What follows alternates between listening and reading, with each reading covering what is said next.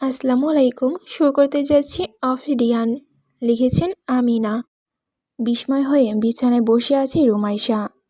সাফনের ওই কালো মলাটের মোটা নোটবুকটা আপাদমস্তক পড়ে ফেলেছে ও।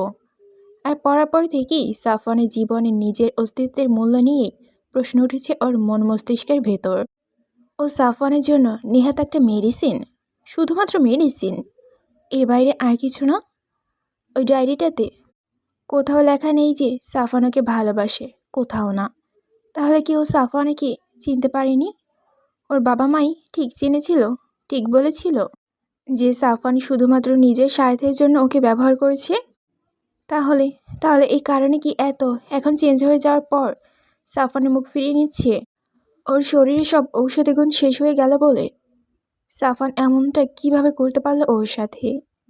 এই যে এত ভালোবাসা, এত এত কেয়ার, এসব তাহলে শুধুমাত্র ওর নিজের স্বার্থের জন্য ছিল?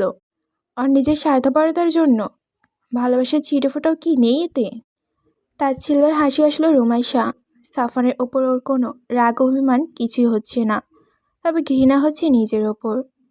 একটা বারের জন্য সাফনের এই অভিমান ধরতে পারল না ও। কি সুন্দর অভিনয়টা করেছে ও। এত নিখুঁত অভিনয় মানুষ কিভাবে করতে পারে?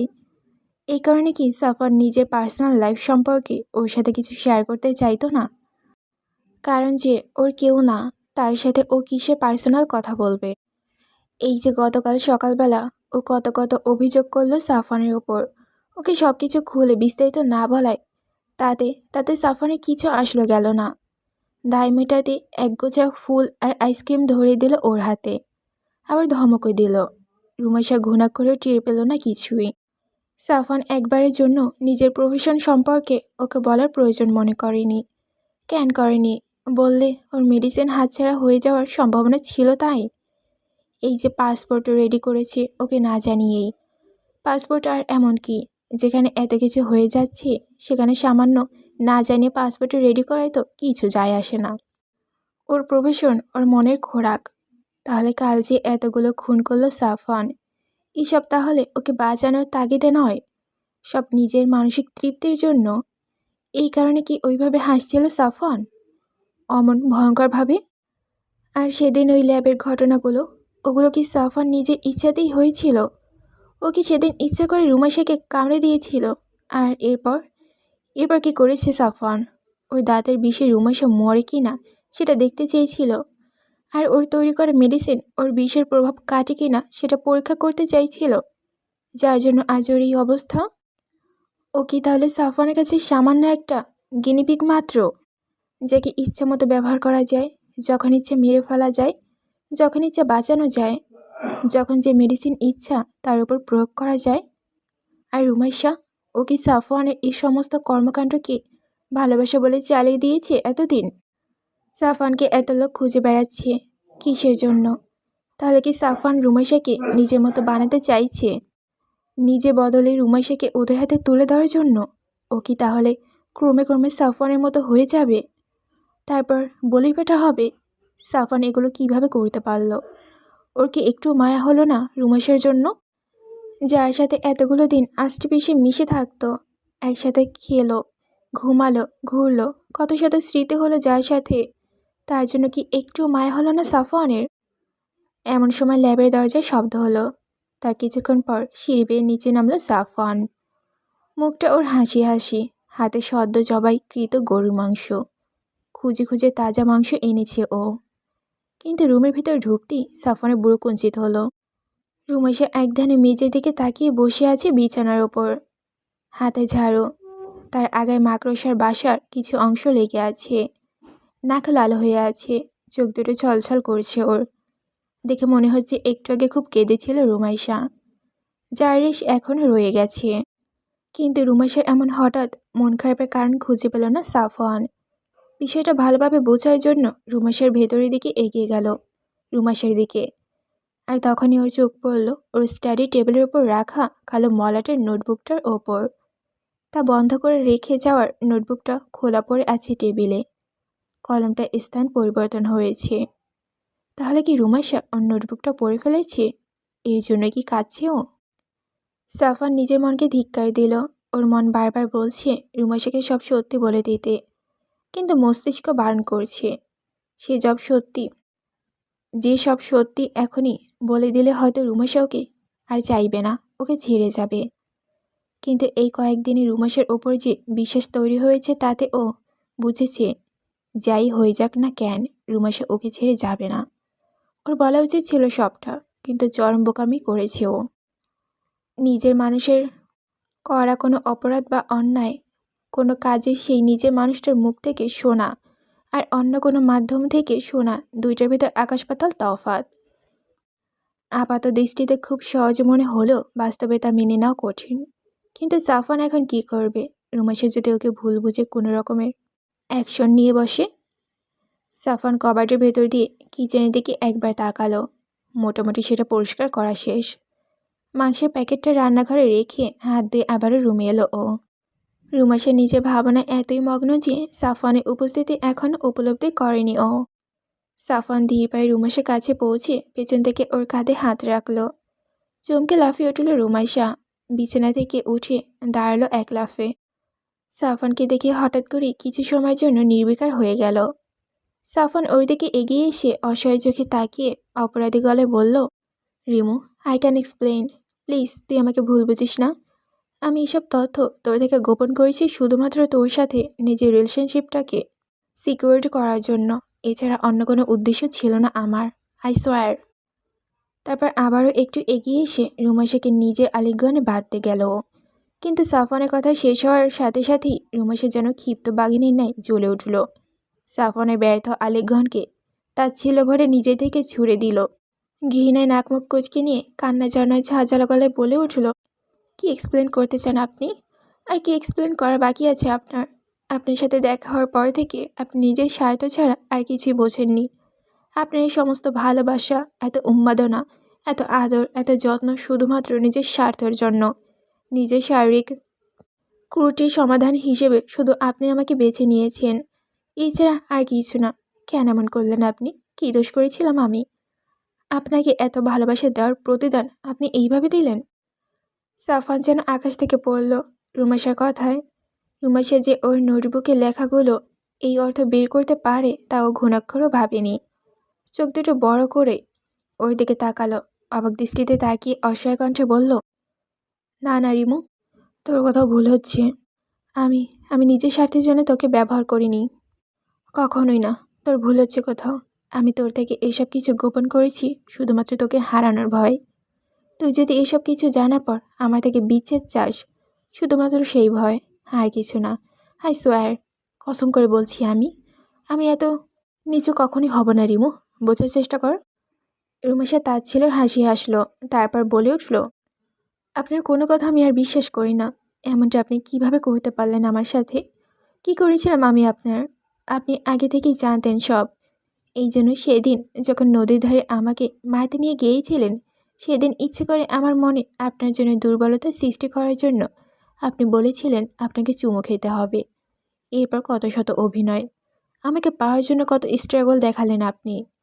এইসব ষড়যন্ত্র ছিল যে আমার পরিবারের সবাই বুঝতে পেরেছিল, কিন্তু আপনার মোহে আমি এতই অন্ধ ছিলাম যে আপনার উদ্দেশ্যটার কথা আমি চিন্তাও করিনি কখনো। কিভাবে পারলেন আপনি? এতটা নিখুঁত অভিনয় আপনি কিভাবে করলেন? এখন কী চান? আমাকে একেবারে আপনার মতো বানিয়ে ওদের কাছে বিক্রি করে দিতে চান? খুব লাভ হবে না আপনার? আমাকে গিনিপিগ বানিয়ে আমার ওপর এক্সপেরিমেন্ট করে গেলেন আমার চোখের সামনে দিয়ে, অথচ আমি চোখ বুজে আপনাকে বিশ্বাস করে গেলাম। একটা মেয়ের সব থেকে কাছের মানুষ তার স্বামী। নিজের স্বামীকে একটা মেয়ের সব থেকে বেশি শ্রদ্ধা ভক্তি করে। সে পরম শ্রদ্ধার স্থানে আপনাকে বসিয়েছিলাম আমি। অন্ধের মতো বিশ্বাস করেছি। আর আপনি কি করলেন? আমাকে পুরোটা ইউজ করলেন আপনি, শুধুমাত্র নিজের স্বার্থসিদ্ধির জন্য। সাফওয়ান অসহায় মাত্র মাথা নাড়াতে লাগলো। রুমাশা কাছাকাছি এগিয়ে এসে ওকে স্পর্শ করার চেষ্টা করে বলল, প্লিজ রেমু, শান্ত হ। তুই এখন হাইপার হয়ে আছিস, তাই এমন মনে হচ্ছে। এসবের কোনোটাই সত্যি না। হ্যাঁ, আমি মানছি আমি আমার স্বার্থের জন্য এসব কথা তোর থেকে গোপন করেছি, কিন্তু তুই যে লজিকের কথা বলছিস সেটা আমার মাথায় কখনোই আসেনি। বিলিভ মি, আমি তোকে ভালোবাসি অনেক অনেক বেশি। তোর শরীরে আমার কিউর আছে সেটা জানার অনেক অনেক আগে থেকেই তোকে আমি ঠিক কতটা ভালোবাসি সেটা তুই খুব ভালো করেই জানিস। শুধু তুই কেন, সবাই জানে আমি তোর জন্য কত কী করতে পারি। সেই আমি কিভাবে তোর সাথে এমন জঘন্য কাজ করব? বিবেক দিয়ে চিন্তা করে দেখ একবার প্লিজ। সাফওয়ানের কোনো কথা রুমাইশা শুনল না। মেঝেতে বসে হাউমাউ করে কাঁদল ও। সাফওয়ানকে একটাবারের জন্য নিজের কাছে ঘেঁষতে দিল না। সাফওয়ান এত বোঝানোর চেষ্টা করলো, তারপর বুঝল না ও। পুরো পৃথিবীর সবাইকে ওর এখন মিথ্যাবাদী মনে হচ্ছে। ওর এত আদরের সাফওয়ান ওর স্বামী, যাকে ও পৃথিবীর সবথেকে বেশি বিশ্বাস করত, আর সেই বিশ্বাস ভেঙে গেছে ওর। ওর মাথায় ভেঙে সরি ওর মাথার ভেতরে শুধুমাত্র একটা কথাই বারবার ঘুরে ফিরে বাড়ি খাচ্ছে, সেটা হলো বিশ্বাসঘাতক। সাফওয়ান একটিবারের জন্য ওর কাছে যেতে পেল না। মেঝের ওপর কান্নায় ভেঙে পড়ে মনের যন্ত্রণায় ছটফট করতে থাকলো রুমাইশা। ওর এখনো বিশ্বাস হচ্ছে না সাফওয়ান এমনটা করতে পারে ওর সাথে। কষ্টে ওর বুকটা ফেটে যাচ্ছে। সাফওয়ান এবার উপায় না পেয়ে নিজের রুমাইশার পাশে এসে বসলো। মেঝের ওপর উবুর হয়ে কাঁদছে রুমাইশা, ফোপাচ্ছে ও থেকে থেকে। সাফওয়ান অসহায় চোখে রুমাইশার দিকে তাকিয়ে বলল, রিমু, আমার কথাটা একবার শোন, দয়া কর। তুই যেমন ভাবছিস তেমন কিছুই না, বিশ্বাস কর একবার। আমার সঙ্গে যা হয়েছে সব বলতে চেয়েছিলাম তোকে, আর আমি সজ্ঞানে কখনোই এমনটা করব না। আমার নিজের স্ত্রী, যাকে আমি এত ভালোবাসি, তার সাথে আমি এমনটা কিভাবে করতে পারি? হ্যাঁ, আমি জঙ্গলি, কিন্তু তাই বলে আমার ভেতরে মনুষ্যত্ববোধ আছে। আমি অতটাও জঙ্গলি হয়ে যাইনি রিমু। তোকে নিজের সাথে ব্যবহার করার মতো জানার আমি এখনো হইনি রিমু। শোন আমার কথা একটিবারের জন্য। কথাগুলো বলেই নিজের ডান হাতটা রুমেশের পিঠের উপর রাখলো সাফওয়ান, কিন্তু তখনই ওর হাত একটা ঝাটকা মেরে সরিয়ে দিয়ে মেঝে থেকে উঠে বসলো রুমাইশা। ওর চোখের পিউলিটা পুরোপুরি শুরু হয়ে লম্বা আকার ধারণ করেছে। তড়িৎ গতিতে একবার সাফওয়ানের দিকে ফিরে তাকালো ও। রুমাইশা ঠিক কী করতে চাইছে ভেবে পেল না সাফওয়ান। তবু আরও একবার রুমাইশাকে বোঝানোর জন্য এগিয়ে এলো ও। কিন্তু সাফওয়ান ওর দিকে এক কদম আগাতেই রুমাইশা দ্রুত পায়ে পেছন দিকে সরে গিয়ে উঠে দাঁড়ালো। সাফওয়ানের স্পর্শ নিজের শরীরে লাগতে দিল না একটুকু। আর তারপরই কান্না জড়ানো ক্ষিপ্ত গলায় বলে উঠল, আপনি আমার সাথে যা করেছেন তার কোনো ক্ষমা হয় না, কখনোই ক্ষমা করব না আপনাকে। আপনি আমার বিশ্বাস ভেঙেছেন, বিশ্বাস গুঁড়িয়ে দিয়েছেন ভেঙে। নিজের স্বার্থের জন্য আমাকে ব্যবহার করেছেন শুধু, আর এখন ব্যবহার করে যেতে চান। আমার এত যত্ন ভালোবাসা কোনো মূল্য নেই আপনার কাছে? আপনার এই স্বার্থপরতার জন্য আপনি একদিন আমাকে হারাবেন। একদিন কেন, আপনি আমাকে হারাবেন জন্মের জন্য। কিন্তু তাতে আপনার কী বা এসে যাবে? আপনি তো আমাকে ভালোবাসেননি কখনো। কাউকে হারানোর কষ্ট আপনি কি বুঝবেন? আমি আর ফিরব না কখনো, কোনোদিনও খুঁজে পাবেন না আপনি আমাকে। আপনার আফসোস হবে একদিন আমার জন্য, কিন্তু সেদিন আর আফসোস মেটানোর জন্য আমাকে পাবেন না। সৃষ্টিকর্তার কাছে দোয়া করি অনেক অনেক দিন বেঁচে থাকুন আপনি, আর আপনার বাকি জীবন যেন আমাকে হারানোর আফসোসে তিলে তিলে শেষ হয়ে যায়। আর এই কথাগুলো বলি সাফওয়ানকে আর কোনো কথা বলার সুযোগ না দিয়ে সাফওয়ান কিছু বুঝে ওঠার আগেই দৌড়ে মুহূর্তের ভেতর ল্যাবের সিঁড়ি বেয়ে ওপরে চলে গেল রুমাইশা। সাফওয়ান ব্যাপারটা বুঝতে পেরে সাথে সাথে নিজেও রুমাইশাকে আটকাতে ওর ডাকতে ডাকতে ছুটে গেল ওর পেছনে। কিন্তু ল্যাবের ওপরে উঠে এসে কোথাও রুমাইশাকে দেখতে পেল না ও। দিশারা হয়ে এদিক ওদিকে ছুটে গেল, রুমাইশাকে খুঁজল, কিন্তু কোথাও নেই রুমাইশা, যেন বাতাসের সাথে মিশে উধাও হয়ে গেছে। ঝলসানো চাঁদের জোছনায় আলোকিত হয়ে আছে প্রকৃতি। ইস্তেকের বাড়ির ছাদের ওপরটায় সে আলো যেন তকতক করেছে, আর সেইখানে শীতল পাটের ওপর মাথার নিচের দিকে ডান হাত বাহুতে রেখে চিত হয়ে আকাশের দিকে মুখ করে শুয়ে আছে ধূসর সবুজ রঙা জলজলে চোখের দীর্ঘকার সাফওয়ান। চোখ দুটো গর্তের ভেতরে ঢুকে গেছে ওর, মুখটা শুকিয়ে গেছে একদম। ওর ডান পাশে শুয়ে আছে রাফসান, অন্য পাশে শুয়ে আছে শাফিন। তিনজনই ক্লান্ত অনেক। রুমাইশা হারিয়ে যাওয়ার আজ 4 দিন। এই 4 দিনে ওরা তিনজন সহ পরিবারের সবগুলো লোক হন্য হয়ে খুঁজেছে রুমাইশাকে, কিন্তু কোথাও নেই রুমাইশা। যত চেনা জানা জায়গা আছে সব খুঁজেছে ওরা, কিন্তু রুমাইশাকে পায়নি কোথাও। এই 4টা দিন সাফওয়ান পানি ছাড়া আর কিচ্ছু গ্রহণ করেনি। ওকে কেউ খাওয়াতেও পারেনি। প্রিয়তমা স্ত্রীর বিরহে পুরোপুরি ভেঙে পড়েছে ও। ওর ভেতরটা কষ্টে দুমড়ে মুচড়ে যাচ্ছে। এই মুহূর্তে শাফিন আর রাফসান না থাকলে হয়তো কেঁদে বুক ভাসাতো ও। শুধুমাত্র ওরা আছে বলে কান্নাটা ঠেকিয়ে রাখতে পেরেছে এখনো। কিন্তু থেকে থেকে সে কান্নাটা বুকের ভেতর থেকে দলাপাকি উঠে আসতে চাইছে। রাফসানের চেহারায়ও হতাশার ছাপ।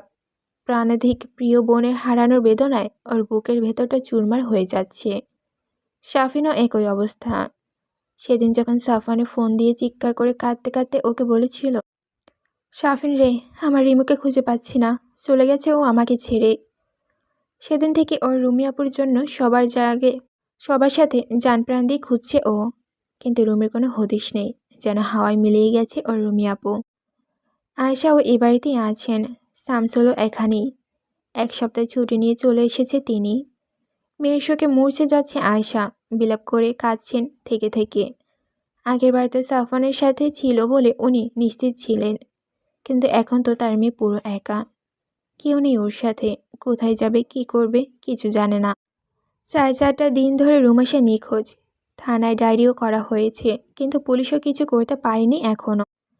হারিয়ে যাওয়া মানুষকে খুঁজে পাওয়া যায়, কিন্তু রুমাশা তো নিজ থেকে হারিয়ে গেছে। ওকে কিভাবে খুঁজে বের করবে ওরা? হতাশ হয়ে আকাশের দিকে তাকিয়ে সৃষ্টিকর্তার নিকট প্রিয়তমাকে ফিরে পাওয়ার জন্য আর্জি জানিয়ে দীর্ঘশ্বাস ফেলতে লাগলো সাফওয়ান। রুমাশা ওর মায়া ভরা, ওর হাসি মাখা মুখটা ভেসে উঠল ওর চোখের সামনে বারবার। ওই খিলখিলে হাসি, ওই দুষ্টি মিষ্টি খুনসুটি, সব একে একে মনে পড়তে লাগলো সাফওয়ানের। ওর 2 চোখে বেয়ে পানি গড়িয়ে পড়ল 2 ফোঁটা। চুপ করে সেগুলো পড়ে শীতল পাটির ওপরে। কাল সকালে উঠে আবার রুমাশাকে খোঁজের জন্য বের হতে হবে ওদের 3 জনকে। আহমেদ ভিলার পরিবেশ থমথমা, মাঝে মধ্যে ডুকরে কান্নার আওয়াজ শোনা যাচ্ছে। এছাড়া আর কোনো শব্দ নেই। বাড়ি মেয়ে নিরুদ্দেশ, তার কোনো খোঁজ পাওয়া যায়নি। আয়েশা শামসুল নিজেদের বাড়িতে চলে গেছেন। আয়েশা যেতে চাচ্ছিলেন না, কিন্তু শামসুলের ছুটি ফুরিয়ে গেছে। অফিস থেকে আর ছুটি গ্রান্টেড হবে না বলেছে, তাই বাধ্য হয়ে চলে যেতে হয়েছে তাদেরকে। রাফসান এখানেই আছে, রুমাশা খোঁজ করেছে ও অন্য সবার সাথে, কিন্তু সাফওয়ান নেই। গত 2 দিন ধরে সাফওয়ান বাড়িতে নেই, ফোন বন্ধ করে রেখেছে। কোথায় আছে ও কাউকে বলেনি। রুমাশা চলে যাওয়ার পর থেকে ও কিছু খায়নি। রুনি আর আয়েশা সব রকমের জোর জবরদস্তি করেছে, কিছুই খাওয়াতে পারেনি ওকে। আর এখন তো রুমাশার শোকে সে বাড়িও ছাড়া। যত জায়গা সম্ভব সবখানে রুমাশাকে খুঁজেছে ওরা, সেই সাথে পুলিশও, কিন্তু রুমাশাকে পাওয়া যায়নি কোথাও। পুলিশ তাদের প্রধান সন্দেহজনক লিস্টে প্রথমেই রেখেছে সাফওয়ানকে, কারণ নিখোঁজ হওয়ার আগে রুমাশার সর্বশেষ সাফওয়ানের সাথেই ছিল। এছাড়া সাফওয়ান তাদের সামনে আসতে অস্বীকৃতি জানিয়েছে। জিজ্ঞাসাবাদ করার জন্য সাফওয়ানকে ডাকা হলেও সে আসেনি। এতে পুলিশদের সন্দেহ আরও দৃঢ় হয়েছে। তাদের ধারণা সাফওয়ান হয়তো রুমাশাকে মেরে কোথাও গুম করে দিয়েছে, আর এখন স্ত্রী হারানোর শোকে ভেঙে পড়ার নাটক করেছে। সাফওয়ানকে নজরে রেখেছিল ওরা, কিন্তু 2 দিন আগে সাফওয়ান হঠাৎ করে সবার সাথে যোগাযোগ বিচ্ছিন্ন করে নিরুদ্দেশ হয়ে যাওয়ার তারা আর নজর রাখতে পারেননি। তবে এতে তাদের সাফওয়ানের প্রতি সন্দেহের মাত্রা আরও বেড়েছে, এবং এখন তাদের দৃঢ় বিশ্বাস সাফওয়ানই রুমাশার সাথে কিছু করেছে। সাফিন আর রাফসান এখন ওদের 2 জনকেই খুঁজছে। একজন তো হারিয়ে গেছে, অন্যজনকে হারিয়ে যেতে দিতে চায় না ওরা। সাফিন কয়েকবার ভেবেছে সাফওয়ানকে ওরা ল্যাবে গিয়ে একবার খুঁজে আসবে, কিন্তু পুলিশ যেভাবে ওদের সবার ওপর নজর রাখছে তাতে ল্যাবে যেতে গেলে ওরা নিজেরাই বিপদে পড়ে যাবে। আর সাফওয়ান যদি ল্যাব থেকে থাকে তাহলে বিপদটা তার ওপরও পড়বে। তবু আজ রাফসানের সাথে আলোচনা করে ল্যাবের রাস্তায় যাওয়ার সিদ্ধান্ত নিল সাফিন। মাঝরাতের পর বের হবে ওরা, সাথে কোনো টর্চ নেবে না, কারণ পুলিশের লোকজন কখন কোথায় উৎপেতে থাকে বলা যায় না। এত রাতে যদি ওদেরকে জঙ্গলে যেতে কেউ দেখে, তবে সন্দেহের তালিকায় ওদের নামও হাইলাইট হয়ে যাবে। রাফসান এতদিন শুধু শুনেছিল সাফওয়ানের ল্যাবের কথা, কিন্তু আজ রাতে স্বচক্ষে দেখবে বলে ওর মনের অন্য রকমের অনুভূতি হচ্ছে। রাত যখন 1:45 তখন সাফিন আর রাফসান বের হলো ল্যাবের উদ্দেশ্যে। সাফওয়ানকে পাওয়ার সবথেকে সম্ভাবনা স্থান হলো ওর ল্যাব। 2 জন মিলে বাসার কাউকে না জানিয়ে চুপিসারে মেইন গেট দিয়ে বের হয়, জঙ্গলের দিকে এগোলো। চাঁদের আবছা আলোতে খোলা জায়গাগুলো মোটামুটি স্পষ্ট দেখা যাচ্ছে। কিন্তু জঙ্গলের ভেতর হুমড়ে অন্ধকার, গাছপালা আর লতাপাতা ঘন। সন্নিবেশে জঙ্গলটা পুরো ব্ল্যাক হোলের মতো দেখাচ্ছে। গা ছমছম করছে ওই অন্ধকারের ভেতরে তাকালে। কিন্তু ভয়কে পাত্তা না দিয়ে সাহস করে এগোলো দুইজন। আলো না থাকা ল্যাবের রাস্তা অনুমানের ভিত্তিতে চলল ওরা দুইজন। শাফিন আগেই হাঁটছে আর রাফসান ওর পেছন পেছন। কিছু দূর যাওয়ার পর ডোবার ধার এলো ওরা। ডোবার পানিতে কচুরিপানা হয়েছে অনেক। ইস্তিত বেগুনি রঙা ফুল ফুটে আছে সেখানে কয়েকটা। ডোবার পানিতে চাঁদের আলো পড়ে ঝলমল করছে। ডোবার এই মোহনীয় দৃশ্য উপেক্ষা করে ওরা সামনে এগোলো। আরও কিছু দূর হাঁটার পর একটা খালি জায়গাতে এলো ওরা। এইখানে গাছপালার পরিমাণ কম। চাঁদের আলো গাছের ডালপালা ফাঁক দিয়ে মাটিতে এসে লুটোপুটি খাচ্ছে। এইখানে আগেও এসেছিল শাফিন রুমাইশার সাথে। এই জায়গার রহস্য ও এখনো উন্মোদন করতে পারেনি। কিন্তু জায়গাটা আর আগের মতো পরিষ্কার পরিচ্ছন্ন নেই। ঘাস উঠে গিয়েছে মাটির বের হয়ে। অনেক জায়গায় এখনো কিছুটা মাটি উকি দিয়ে আছে। সেখানে বোঝা যাচ্ছে অনেকদিন এইখানে এসেছে।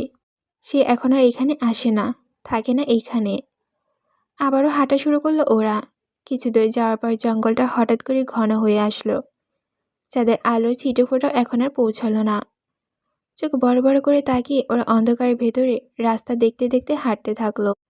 কয়েক পা আগানোর পর হঠাৎ করেই দাঁড়িয়ে গেল শাফিন। ওর দেখা দেখি রাফসানও দাঁড়িয়ে গেল। শাফিন এমন আচমকিক দাঁড়ানোর কারণ বোধগম্য হলো না রাফসানের। ও শাফিনকে পেছন থেকে একটা খোঁচা দিয়ে জিজ্ঞেস করলো, দাঁড়িয়ে গেলি কেন? তাড়াতাড়ি যা, এখানে প্রচুর মশা, দাঁড়ালেই কামড়াচ্ছে। কিন্তু শাফিন কোনো উত্তর দিল না। শাফিন তাকিয়ে আছে ওর সামনের দিকে। রাফসান শাফিনের দিকে তাকালো। এইভাবে ওকে সামনের দিকে তাকিয়ে থাকতে দেখে নিজে ওর দৃষ্টি অনুসরণ করে তাকালো সামনের দিকে। ওদের থেকে প্রায় 30 হাত দূরে থাকা একটি মোটা গাছের কাণ্ডের আড়ালে থেকে দুইটা জলজলে চোখ উকি দিয়ে ওদের দিকে তাকিয়ে আছে। এই গহীন জঙ্গলে অন্ধকারের ভেতর সে চোখ দুটো কোনো অশরীরী চোখের ন্যায় মনে হলো ওদের দুইজনের কাছে। শাফিন নিজের বাঁ হাতটা দিয়ে হাতড়ে ওর পেছনে থাকা রাফসানের হাতটা ধরল। ভয়ে রাফসানের গলা শুকিয়ে গেল যেন। কি ওটা? সত্যি কি কোনো অশরীরী? এত রাতে জঙ্গলে এসে কি ওরা ভুল করলো? কিন্তু সাফান তো রাত বিরাতে যখন তখন আসে, তেমন কিছু কখনো দেখলো না। দেখলে তো নিজেই শাফিনকে বলতো। কিন্তু সাফওয়ানের সাথে নিজের তুলনা দেওয়া বোকামি।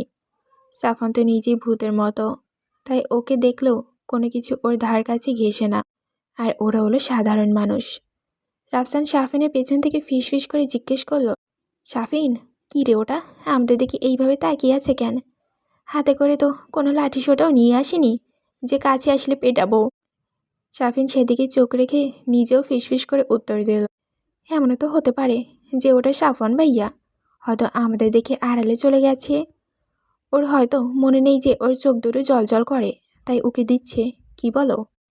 রাফসান আরও ভালো করে সেদিকে তাকিয়ে বলল, না, সাফওয়ান অনেক লম্বা। সামনে যে আছে সে সাফওয়ানের হাঁটু সমান হবে।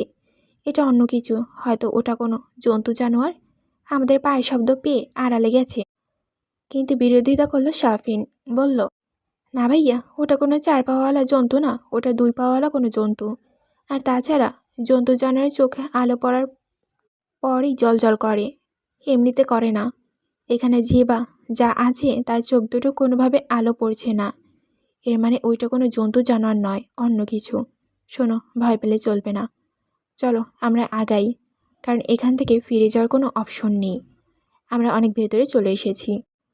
রাফসান আর শাফিন দুজন দুজনের হাত ধরল শক্ত করে। সে উজ্জ্বল চোখের অধিকারী জন্তুটা এখনও ওখানেই আছে। ওরা দুজন ধীর পায়ে জন্তুটার দিকে নজর রেখে সামনে এগোতে থাকলো। কিন্তু জন্তুটার বেশ খানিক কাছাকাছি আসার পর জন্তুটা আস্তে আস্তে পেছন দিকে সরে যেতে লাগলো, কিন্তু একেবারে পালিয়ে গেল না। আর ঠিক তখনই শাফিনের দৃষ্টি গোচর হলো যে ওটা কোনো জন্তু নয়, ওটার আকৃতি মানুষের মতো। আর এরপরই শাফিনের চোখ গেল সেই মানুষের মতো আকৃতির প্রাণীটার মাথার চুলের দিকে। অন্ধকারের ভেতরে ওর লম্বা চুলগুলো স্পষ্ট বোঝা যাচ্ছে। চুলগুলো প্রাণীটার প্রায় অর্ধেক উচ্চতার ছাড়িয়ে আরও নিচে চলে গেছে। শাফিন এবার ভয় পেল সত্যি সত্যি। ওইখানে দাঁড়িয়ে গেল ও। রাফসানকে ফিসফিস করে বলল, ভাইয়া, আমরা হয়তো খুব বড় বিপদে পড়ে গেছি। ওটা সত্যি কোনো 4 পাওয়ালা জন্তু নয়, মানুষের মতো 2 পাওয়ালা কিছু একটা। আবার ওর মাথায় ইয়া লম্বা চুল আছে, আমি দেখেছি। ও নিশ্চিত অশরীরী টাইপের কিছু হবে। হয়তো আমাদেরকে প্রথম থেকে ফলো করছে। এখন ঘন জঙ্গলে পেলে সামনে এসেছে আমাদের। রাফসান প্রত্যুত্তরে কিছু বলল না, শুধু দেখতে থাকলো সেই প্রাণীটাকে। কিন্তু সেটা পেছন দিকে সরতে সরতে এখন আরও দূরে চলে গেছে। পেছনের দিকে ধীরে ধীরে সরে যাচ্ছে সেটা। তার অগোচরে আক্রমণাত্মক কিছু আছে বলে রাফসানের মনে হচ্ছে না। 2 পাওয়ালা প্রাণীটা ওদের দিকে নজর রেখে সরে যাচ্ছে পেছন দিকে। আর এইভাবে সরতে সরতে সেটা একটা কম ঘনত্বক ডালওয়ালা গাছের নিচে গিয়ে পৌঁছালো। আর ওখানেই গাছের ডালের ফাঁক দিয়ে এক টুকরো চাঁদের আলো এসে পড়ল প্রাণীটার মুখের ওপর। আর ঠিক সেই মুহূর্তে হতভম্ব হয়ে গেল রাফসান। মুখ দিয়ে শুধু উচ্চারণ হলো, রুমি।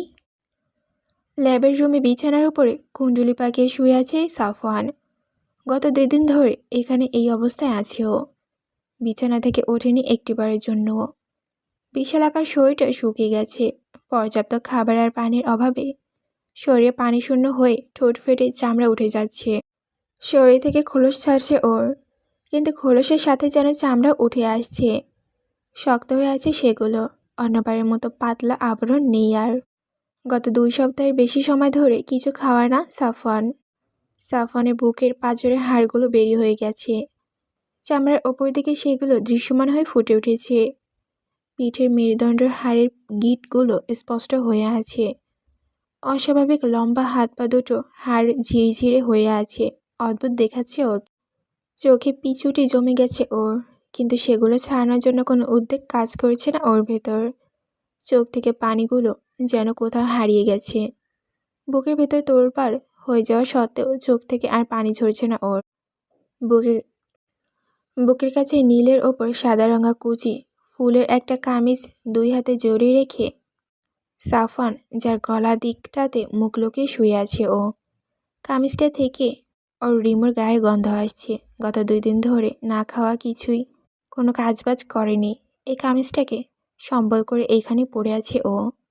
কবার্ডের ওপাশে কিচেন থেকে মাংস পচা গন্ধ আসছে। সেদিনে সেই গরু মাংস সেখানে সেভাবে রাখা আছে এতদিন ধরে। পোকা কিলবিল করছে তাতে। এত তীব্র গন্ধের মাঝেও নির্দ্বিধায় শুয়ে আছে ও। এ ল্যাব থেকে ওর আর বের হওয়ার কোনো ইচ্ছে নেই। ওপরে দুনিয়াটা ওর কাছে নিমেষেই নিমের থেকেও তেতা লাগছে এখন। রুমাইশা যে ওকে এই সামান্য কারণে ভুল বুঝে এইভাবে নিরুদ্দেশ হয়ে যাবে, সেটাও কিছুতেই মেনে নিতে পারছে না। খানিকক্ষণ পর ওর ল্যাবের দরজার কাছে ঠাস করে শব্দ হলো। কেউ ল্যাবের লোহার দরজাটার উপর দুমদাম শব্দ করেছে। সাফওয়ান চোখ মেলে তাকালো। শব্দটা আরও জোরে হচ্ছে এখন, কিন্তু সেটাকে পুরোপুরি উপেক্ষা করলো সাফওয়ান। আগের মতো করেই পড়ে রইল বিছানায়। কিন্তু শব্দটা না কমে গিয়ে আরও জোরালো হলো। কেউ যেন ভেঙে ফেলতে চাইছে ল্যাবের দরজাটা। ধাতব শব্দে ল্যাবের ভেতরটা ভরে উঠল। বিরক্ত হয়ে সাফওয়ান ওর দুর্বল শরীরটা টেনে উঠালো বিছানা থেকে। এবার শব্দের উৎপত্তিটা দেখার জন্য ধীর পায়ে সিঁড়ি বেয়ে উপরে উঠে ল্যাবের দরজাটা খুলল ও। মাংস পচা গন্ধটা বন্ধ জায়গা থেকে খোলা বাতাসে এসে অনেকখানি ক্ষীণ হয়ে এলো। দরজা খুলেই শাফিনকে হুড়মুড়িয়ে পড়তে দেখল সাফওয়ান। সাফওয়ানকে দেখে শাফিন উত্তেজিত গলায় বলে উঠল, ভাইয়া, রুমি আপু। আপুকে আমরা দেখেছি এই জঙ্গলের ভেতর। পালিয়ে গিয়েছে আমাদের কাছ থেকে। হরিণী বিলের দিকে গিয়েছে সম্ভবত। রুমি নামটা শুনে যেন সাফওয়ানের সমস্ত শরীরে বিদ্যুৎ খেলে গেল। ওর মস্তিষ্ক যেন হঠাৎ করে দপ করে জ্বলে উঠল, সচল হলো। নিজের দুর্বল শরীরের সমস্ত শক্তি একত্রিত করে ও ছুটল পূর্ব দিকে। পায়ে জুতা নেই ওর। ছুটতে ছুটতে জঙ্গলের মাটিতে পড়ে থাকা সুচালো কাটার কয়েকটা টুকরা ঢুকে গেল ওর পায়ের ভেতর। তালকুল হারিয়ে ছুটতে ছুটতে কতগুলো গাছের সাথেও বাড়ি খেলো, তার হিসাব নেই। কিন্তু সেদিকে ভ্রুক্ষেপ নেই ওর। ওর ঊর্ধ্বাংশ ছুটছে। ওর রিমুকে যদি পেয়ে যায় একটিবারের জন্য, আর কখনোই রিমুকে কাজ ছাড়া করবে না ও, সামান্য একটা মুহূর্তের জন্যও না। ছুটতে ছুটতে জঙ্গলের চারিদিকে নিজে উজ্জ্বল দৃষ্টি দিয়ে রুমাইশাকে খুঁজতে থাকলো সাফওয়ান। ঠিক কতক্ষণ ধরে ছুটল তা জানে না ও। ছুটতে ছুটতে একসময় জঙ্গলে গাছপালা ফাঁক দিয়ে হরিণীর বিলের পানির ওপর পড়া চাঁদের আলো খলবলের প্রতিশব্দে দেখা পেল ও। আর তারপরেই জঙ্গল ঠেলে ও চলে এলো হরিণীর বিলের ধারে। নেই, রিমু কোথাও নেই। ওর রিমু এই জঙ্গলে আছে, ওর একদম কাছে, কিন্তু ওর থেকে দূরে সরে থেকে ওকে শাস্তি দিতে চাইছে। এমন কেন করছে রিমু? কিসের শাস্তি দিচ্ছে ওকে? সাফান যা করেছে, যা লুকিয়েছে, সবটা ওকে নিজের করে পাওয়ার জন্য। ওর যতটুকু স্বার্থ সবটুকুই তো রিমুকে পাওয়ার জন্য, এছাড়া আর কিছু না। কিন্তু কে বোঝাবে ওই পাগলি মেয়েটাকে? সে তো নিজের মতো করে ভুল বুঝে নিয়েছে, অভিমান করে হারিয়ে গেছে। আর সাফানের জন্য রেখে গেছে এক বুক ভরা হতাশা। ধীর পায়ে বিলের পাড়ে থেমে থেমে বিলের ভেতর দিকে এগিয়ে গেল সাফওয়ান। কাদা মাটির ওপরে হাঁটু গেড়ে বসে পড়ল ও। কোথাও নেই ওর রিমু। এই বিলের ধারে একদিন ও রিমুকে দেখে প্রথম ঝটকা খেয়েছিল। এই বিলের ধারেই ও করেছিল ওর প্রথম চুম্বনের নিবেদন। প্রথমবারের মতো পুচকে থেকে বড় হয়ে যাওয়া রুমাইশাকে কোলের ভেতর নিয়েছিল ও। 18 বছর পর সেই দিনের সমস্ত স্মৃতি আজ সাফওয়ানের চোখের পাতায় ভাসছে।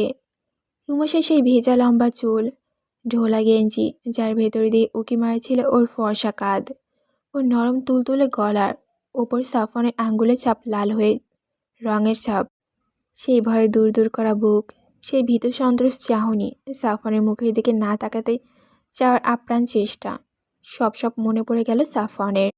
ডুকরে কেঁদে উঠল ও। বুক ফেটে আর্তনাদ বের হলো ওর। আকাশের দিকে তাকিয়ে আত্মচিৎকার দিল ও। তারপর হাউমাউ করে লুটিয়ে পড়ল বিলের ধারে কাদামাটিতে। শাফিন আর রাফসান রুমিকে খুঁজতে খুঁজতে বিলের দিকে আসতে লাগলো। রাফসানের চোখে দুইটা সতর্ক দৃষ্টি। যদি আরও একটিবারের জন্য রুমিকে দেখতে পায়, রুমির ওই উজ্জ্বল চোখ জোড়া হদিশ পাওয়া যায়। কিন্তু এত সাবধানতার নজর কিছু বাঁধল না ওর। শাফিনের সতর্ক দৃষ্টিতে চারদিকে নজর বুলিয়ে যাচ্ছে, কিন্তু ওর মাথায় শুধু ঘুরছে রুমের সেই উজ্জ্বল চোখ জোড়া। হাঁটতে হাঁটতে ও রাফসানকে জিজ্ঞেস করল, ভাইয়া, রুমি আপুর চোখ জোড়া সাফান ভাইয়ের মতো হয়ে গেল কিভাবে? আমরা তো কিছুই টের পেলাম না। আপুর নিখোঁজ হওয়ার আগের দিনও তো স্বাভাবিক দেখেছিলাম, তাহলে কি হলো হঠাৎ? রাফসান শাফিনের কথায় সামলে নিল নিজের মনকে, তারপর হতাশার সুরে বলল, আমি কিছু বুঝতে পারছি না রে শাফিন, আমিও তো এইসবের কিছু জানি না। এর উত্তর একমাত্র সাফান দিতে পারবে। আমরা ওর কাছে জিজ্ঞেস করব। আমার প্রাণের রুমির অবস্থা এমন হবে জানলে আমি কখনই সাফানের কাছে ওকে দিতাম না। আমি ওকে সাবধান করেছিলাম যে ওর যেন ওর জীবনের সাথে আমার রুমিকে না জড়ায়, কিন্তু আমার কথা শোনেনি ও। রুমিকে ও নিজের করে ছেড়েছে, আর এখন তার পরিণতি নিজের চোখে দেখো। আমার বোনটা আজ ঘর ছাড়া, আমার মাটা কেঁদে কেঁদে চোখ ফুলিয়ে ফেলেছে, আমার বাবাটা হাই প্রেশারের রোগী, মেয়ের শোকে তার কখন কি হয়ে যায় আল্লাহ জানে। আমার পুরো পরিবারটা আজ যেন বিচ্ছিন্ন হয়ে গেছে। মনে হচ্ছে যেন সেই 18 বছর আগের পরিস্থিতি আমার চোখের সামনে আবার কেউ রিপ্লে করছে। আমি যদি বাড়িতে কোনো একজনকে বলি আমার রুমির এই হালের কথা, তাহলে কি হবে সেটা আর বলার অপেক্ষা রাখলো না। এতবার করে সাবধান করেছিলাম আমি সাফওয়ানকে, কিন্তু ও শোনেনি আমার কথা। শাফিন নিজেও ভাইয়ের বিরুদ্ধে বলা কথাগুলো নিতে পারল না। গম্ভীর হয়ে গেল ও। হ্যাঁ, ওর ভাইয়ের দোষ আছে, ওর ভাই অপরাধ করেছে, কিন্তু সাফওয়ান ভাই করা সমস্ত অপরাধ শুধু রুমি আপুকে পাওয়ার জন্য। জেদ কাটিয়ে রুমি আপুকে সে নিজের করেছে ঠিকই, কিন্তু তাদের ভেতরে কখনোই ভালোবাসা কমতি ছিল না। সাফওয়ান যতটা ভালোবাসে রুমিকে, আর যতটা ভালোবাসা দিয়েছে, ততটা ভালোবাসা আর কেউ দিতে পারবে না রুমিকে। সেটা শাফিন দৃঢ় বিশ্বাসে বলতে পারবে। গম্ভীর গলাতেই শাফিন বলল, এইসব বলে এখন কী লাভ ভাইয়া? সাফান ভাই রুমি আপুকে কতটা ভালোবাসে সেটা তুমি আমি সবার সকলেই জানে। সাফান ভাই জেনে শুনে কখনোই যে রুমি আপুর ক্ষতি করবে না, সেটা তুমি বেশ ভালো করেই জানো। হয়তো তাদের ভেতর এমন কিছু আছে যেটা আমরা জানি না, তাই না জেনে শুনে এইভাবে মন্তব্য করা ঠিক না। এইসব কথা না ভেবে এখন আমরা রুমি আপুকে কীভাবে খুঁজে বের করব সেটা ভাবা উচিত। রাফসান প্রত্যুত্তরে কিছু বলল না। ওর এখন কোনো কথা খরচ করতে ইচ্ছে করছে না। চুপচাপ হাঁটতে থাকলো ও। আরও কিছুক্ষণ হাঁটার পরই ওরা প্রায় বিলের ধারে চলে এলো। আর দূর থেকে ওরা শুনতে পেল সাফওয়ানের করুণ আর্তনাদ। চকিতে দুজন দুজনের দিকে তাকিয়ে ওরা ছুটল সেদিকে। আর বিলের আরও একটু কাছে যেতেই ওরা অপর থেকেই ওরা দেখতে পেল কাদায় মাটিতে লুটিয়ে পড়ে আছে সাফন, কিন্তু সাফনের কাছে আসলো না ওরা। জঙ্গলের ধারে ঘেঁষে দাঁড়িয়ে রইল। সাফন একবার যেতে চাইল, রাফসান যেতে দিল না। সাফানকে ছেড়ে দিল ওর মতো। সাফান কাদামাটিতে লুটিয়ে উঁচু স্বরে বিলাপ করছে, ফিরে আয় রিমু, আমার সব খালি হয়ে গেছে রে রিমু, কোথাও কিছু নেই, আমার সব ফাঁকা হয়ে গেছে, আমার কাছে ফিরে আয় একটিবার। আমি আর কখনোই ধমকাবো না, কিছু বলবো না আর কোনো দিন, সব কিছু ছেড়ে দেবো আমি, সব সব কিছু চাই না আমার, শুধু তুই ফিরে আয়। আমি স্বার্থপর নই রে রিমু, আমি শুধু তোর জন্য স্বার্থপর, আমার শুধু তোকে চাই, আর কিচ্ছু চাই না আমার, শুধু তুই ফিরে আয়। সাফওয়ানের এমন আকুতিপূর্ণ আয়তনাত রাফসানের চোখ দুটো পানিতে পূর্ণ হয়ে এলো। রুমাসা মুখটা চোখের সামনে ভেসে উঠল। কান্নার শব্দ ঠেকাতে মুখের ওপর হাত চাপা দিল ও। চাঁদের আলোয় সাফওয়ানকে স্পষ্টভাবে দেখা যাচ্ছে। সাফওয়ানের সেই বিলাপ আর সেই বিশাল দেহটা লিকলিকে হয়ে গেছে, হাড় ছাড়া আর কিছুই যেন দেখা যাচ্ছে না। সাফওয়ানের থেকে চোখ ফিরিয়ে নিল রাফসান। সাফওয়ানকে এই অবস্থায় দেখতে পারছে না ও। সেই বিশাল দেহি, কর্কশ কণ্ঠের, গম্ভীর আর উঁচু ব্যক্তিত্বের সম্পন্ন মানুষটা এত করুণ অবস্থা হবে তা স্বপ্নেও ভাবেনি। সাফওয়ান এখনও তাকিয়ে আছে ওর ভাইয়ের দিকে। মাটিতে লুটিয়ে পড়ে থাকা সাফওয়ানের পিঠের মেরুদণ্ডের হাড় আর পাঁজরগুলো যেন চামড়া ভেদ করে বেরিয়ে আসতে চাইছে। সাফওয়ান সেদিকে তাকিয়ে স্বগতিক করল, আহ আপু, তুমি যদি একটিবার দেখতে তোমাকে ছাড়া সেই শক্ত খোলসের কঠোর লোকটা কেমন আছে, তাহলে তুমি এখনই ছুটে চলে আসতে আপু। তুমি দেখলে না আপু, তুমি দেখলে না। উত্তরে জঙ্গলের পাশ দিয়ে চলে যাওয়া যশোর সাতক্ষীরা রোডের ওপর দিয়ে দ্রুত গতিতে চলছে 3খানা গাড়ি। মাগরিবের আজান পড়েছে কিছুক্ষণ আগে। আবছা অন্ধকারে গাড়িগুলো ছুটে চলেছে তাদের উদ্দেশ্য হাসিল করতে। গাড়িগুলো এসে থামল একটা নির্দিষ্ট জায়গায়।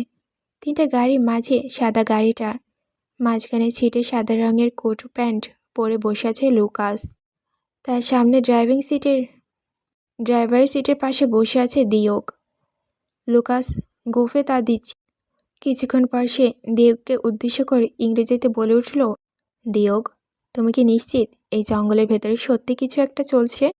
দিয়েগো লোকটা দৃঢ় বিশ্বাসের সাথে বলল, হ্যাঁ বস, আপনার কথা মতো কাল রাতে আমাদের কয়েকটা ছেলে সাফওয়ানের বাড়ির ওপর নজর রাখছিল, আর তখনই ওরা দেখতে পায় এই বাড়ির 2টা ছেলে মাঝরাতের পর বের হয়ে জঙ্গলের দিকে যাচ্ছে।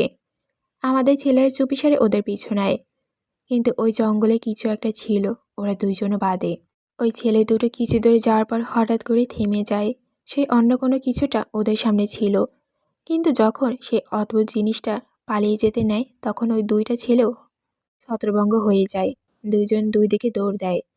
একজন ওই নাম না জানা প্রাণীটার পেছনে দৌড় দেয়, আর অন্যজন অন্য আরেক দিকে দৌড় দেয়, যার কারণে আমাদের ছেলেরা আর ওদের পিছু নিতে পারেনি। তাই আমার ধারণা ওইখানে কিছু একটা তো হচ্ছেই, আর ওই পালিয়ে যাওয়া জিনিসটা বা কী সেটাও ভাবনার বিষয়। আমাদের ছেলেরা বলেছিল ওইখানে নাকি 2টা চোখের মতো কিছু জ্বলজ্বল করেছিল, আর সেটা দেখে মূলত ওই ছেলে দুটো থেমে গিয়েছে। জ্বলজ্বলে চোখের কথা শুনেই লুকাস উত্তেজিত হয়ে গেল। নিজের সিটে নড়বড়ে বসে সাবলীন গলা বলল, তাহলে ওটাই সাফওয়ান, কারণ হারবার্ট আমাদেরকে বলে দিয়েছে সাফওয়ানের চোখ নাকি অন্ধকারে জ্বলজ্বল করে। ওর চোখ দুটো উজ্জ্বল যে দিনের বেলাতেও নাকি সেটা বোঝা যায়, যদি খেয়াল করে দেখা হয়। ওয়েল ডান দিয়োগ, তুমি এতদিন একটা কাজ করলে। আমি $1,000,000 থেকে $10,000 আমি তোমাকে দেব, যদি সাফওয়ানকে তুমি আমার হাতে জীবিত তুলে দিতে পারো। দিয়োগ নিজের প্রশংসা শুনে খুব খুশি হলো, আর লুকাসের $1,000,000 থেকে কিছু ভাগ পাওয়ার আশায় ওর চোখ দুটো চকচক করে উঠল। লুকাসের দিকে কৃতজ্ঞ দৃষ্টিতে তাকিয়ে ওই লুকাসের অনুমতি নিয়ে দলবল সহ নেমে পড়ল গাড়ি থেকে, আর তারপর ভারী অস্ত্রসজ্জিত লোকগুলোর নিয়ে ঢুকে গেল জঙ্গলের ভেতর। ল্যাবের রুমে বিছানায় উবুর হয়ে শুয়ে আছে সাফওয়ান। ওর পাশের বিছানার ওপরই বসে আছে শাফিন, আর ওদের পাশে চেয়ার টেনে নিয়ে থতমত মুখে বসে আছে রাফসান। শাফিনের হাতে একটা সুপের বাটি, তা থেকে চামচ করে সাফওয়ানকে খাওয়ানোর চেষ্টায় আছে ও, কিন্তু সাফওয়ান খাচ্ছে না, ওইভাবে পড়ে আছে বিছানার ওপর। কাল রাতে সাফওয়ানকে নিয়ে ওরা বাড়ি ফিরে যেতে চেয়েছিল, কিন্তু সাফওয়ান যেতে রাজি হয়নি। অগত্যা ওরা 2জন সাফওয়ানের সাথে ল্যাবেই চলে এসেছে। সাফওয়ান খুব গোছালো রুমটা অগোছালো হয়ে পড়েছিল। সেটা অতি যত্নের সাথে গুছিয়ে দিয়েছে ওরা দুজন মিলে। পচা গরুর মাংস প্যাকেটটা নাক মুখে চেপে বাইরে ফেলে এসেছে সাফিন। এরপর এয়ার ফ্রেশনার দিয়ে রুমটা মোটামুটি থাকার মতো করে ফেলেছে। সাফওয়ানের শরীরের অবস্থা খুব খারাপ। কাল রাতে ওর উদহাংসে ছোটার পর শরীরটা আরও খারাপের দিকে গেছে। শরীরটা যেন কঙ্কাল হয়ে গেছে পুরোপুরি। রুমাশা সেই নীলের ওপর সাদা ফুলের কামিজটা এখনও বুকে জড়িয়ে আছে ও। সাফিন চেষ্টা করছে সাফওয়ানকে একটু কিছু হলেও খাওয়ানোর, কিন্তু সাফওয়ান নিজের সিদ্ধান্তে অটল। রিমুকে না পাওয়া পর্যন্ত কিছু মুখে দেবে না ও। ওর শরীরের দিকে তাকানো যাচ্ছে না। খোলসগুলো শরীরের বিভিন্ন জায়গা থেকে উঠে উঠে আসছে। কঙ্কালসার দেহের ওপর সেগুলো অদ্ভুতভাবে ভয়ঙ্কর দেখাচ্ছে। রাফসান কয়েকবার অনুরোধ করেছিল সাফওয়ানকে খেয়ে নিতে, কিন্তু কারো অনুরোধে কোনো কাজ হলো না। সাফিন একবার ভাবল মাকে ডেকে নিয়ে আসবে এইখানে, কিন্তু মা যদি সাফওয়ান ভাইকে এই অবস্থায় দেখে তাহলে মাকে সামলানো আর দুইজনের পক্ষে সম্ভব হবে না। কিন্তু সাফওয়ানকে তো খাওয়াতে হবে, এইভাবে না খেয়ে থাকলে তো ওকে বাঁচানো যাবে না। সাফওয়ানের শরীরে বিন্দু পরিমাণ শক্তি হয়তো এখন আর অবশিষ্ট নেই। কাল রুমাইশার ছুটে যে কোন দিকে গেল তা বুঝতে পারল না ওরা কেউই। রাফসান সাফিনকে সাফওয়ানের ল্যাবের দিকে পাঠিয়ে দিয়ে নিজেও ছুটছিল রুমাইশার পেছনে, কিন্তু কিছু দূর যাওয়ার পর রুমাইশাকেও ও আর পেল না। যেন রুমি হাওয়ায় মিলে গেছে একেবারে। এদিক ওদিক কত দিকে ছুটেছে রাফসান, কিন্তু অন্ধকারের ভেতর কিছুই পেল না ও। ওর মনে হাজারখানা প্রশ্ন উকি দিতে আছে, কিন্তু একটারও উত্তর নেই। সাফওয়ানকে যে জিজ্ঞেস করবে তারও উপায় নেই, কারণ সে নিজেই মরতে বসেছে। অগত মাথার ভেতর কিলবিল করা অজস্র প্রশ্নগুলোকে মাথায় চেপে রাখল রাফসান। জঙ্গলের ভেতর দিয়ে স্তন্যপানে এগিয়ে যাচ্ছে দিউগ আর ওর সাথে ছেলেরা। দিউগ চলেছে সবার আগে, পিছনে ওই দলের অন্যান্য সদস্যরা। চারিদিকে সতর্কতার সাথে দৃষ্টি দিচ্ছে ওরা। চোখে ওদের অত্যাধুনিক নাইট ভিশন স্পেকটাকলস, কারণ যে কোনো আলোর উপস্থিতি প্রতিপক্ষকে সজাগ করে তুলবে। জঙ্গলের প্রতিটা আনাচে কানাচে নিঃশব্দে সার্চ করছে ওরা। কিছু দূর যাওয়ার পরই ওরা একটা পায়ে হাঁটার রাস্তা দেখল। রাস্তাটা চোখে মেলানোর মতো নয়, কিন্তু তীক্ষ্ণ চোখে খেয়াল করলেই বোঝা যাচ্ছে এই পথ দিয়ে কারো নিয়মিত বা অনিয়মিত যাতায়াত হয়। দিয়েগো আঙ্গুল দিয়ে ইশারা করে পেছনের ছেলেগুলোকে দুই দলে ভাগ হয়ে যেতে বলল।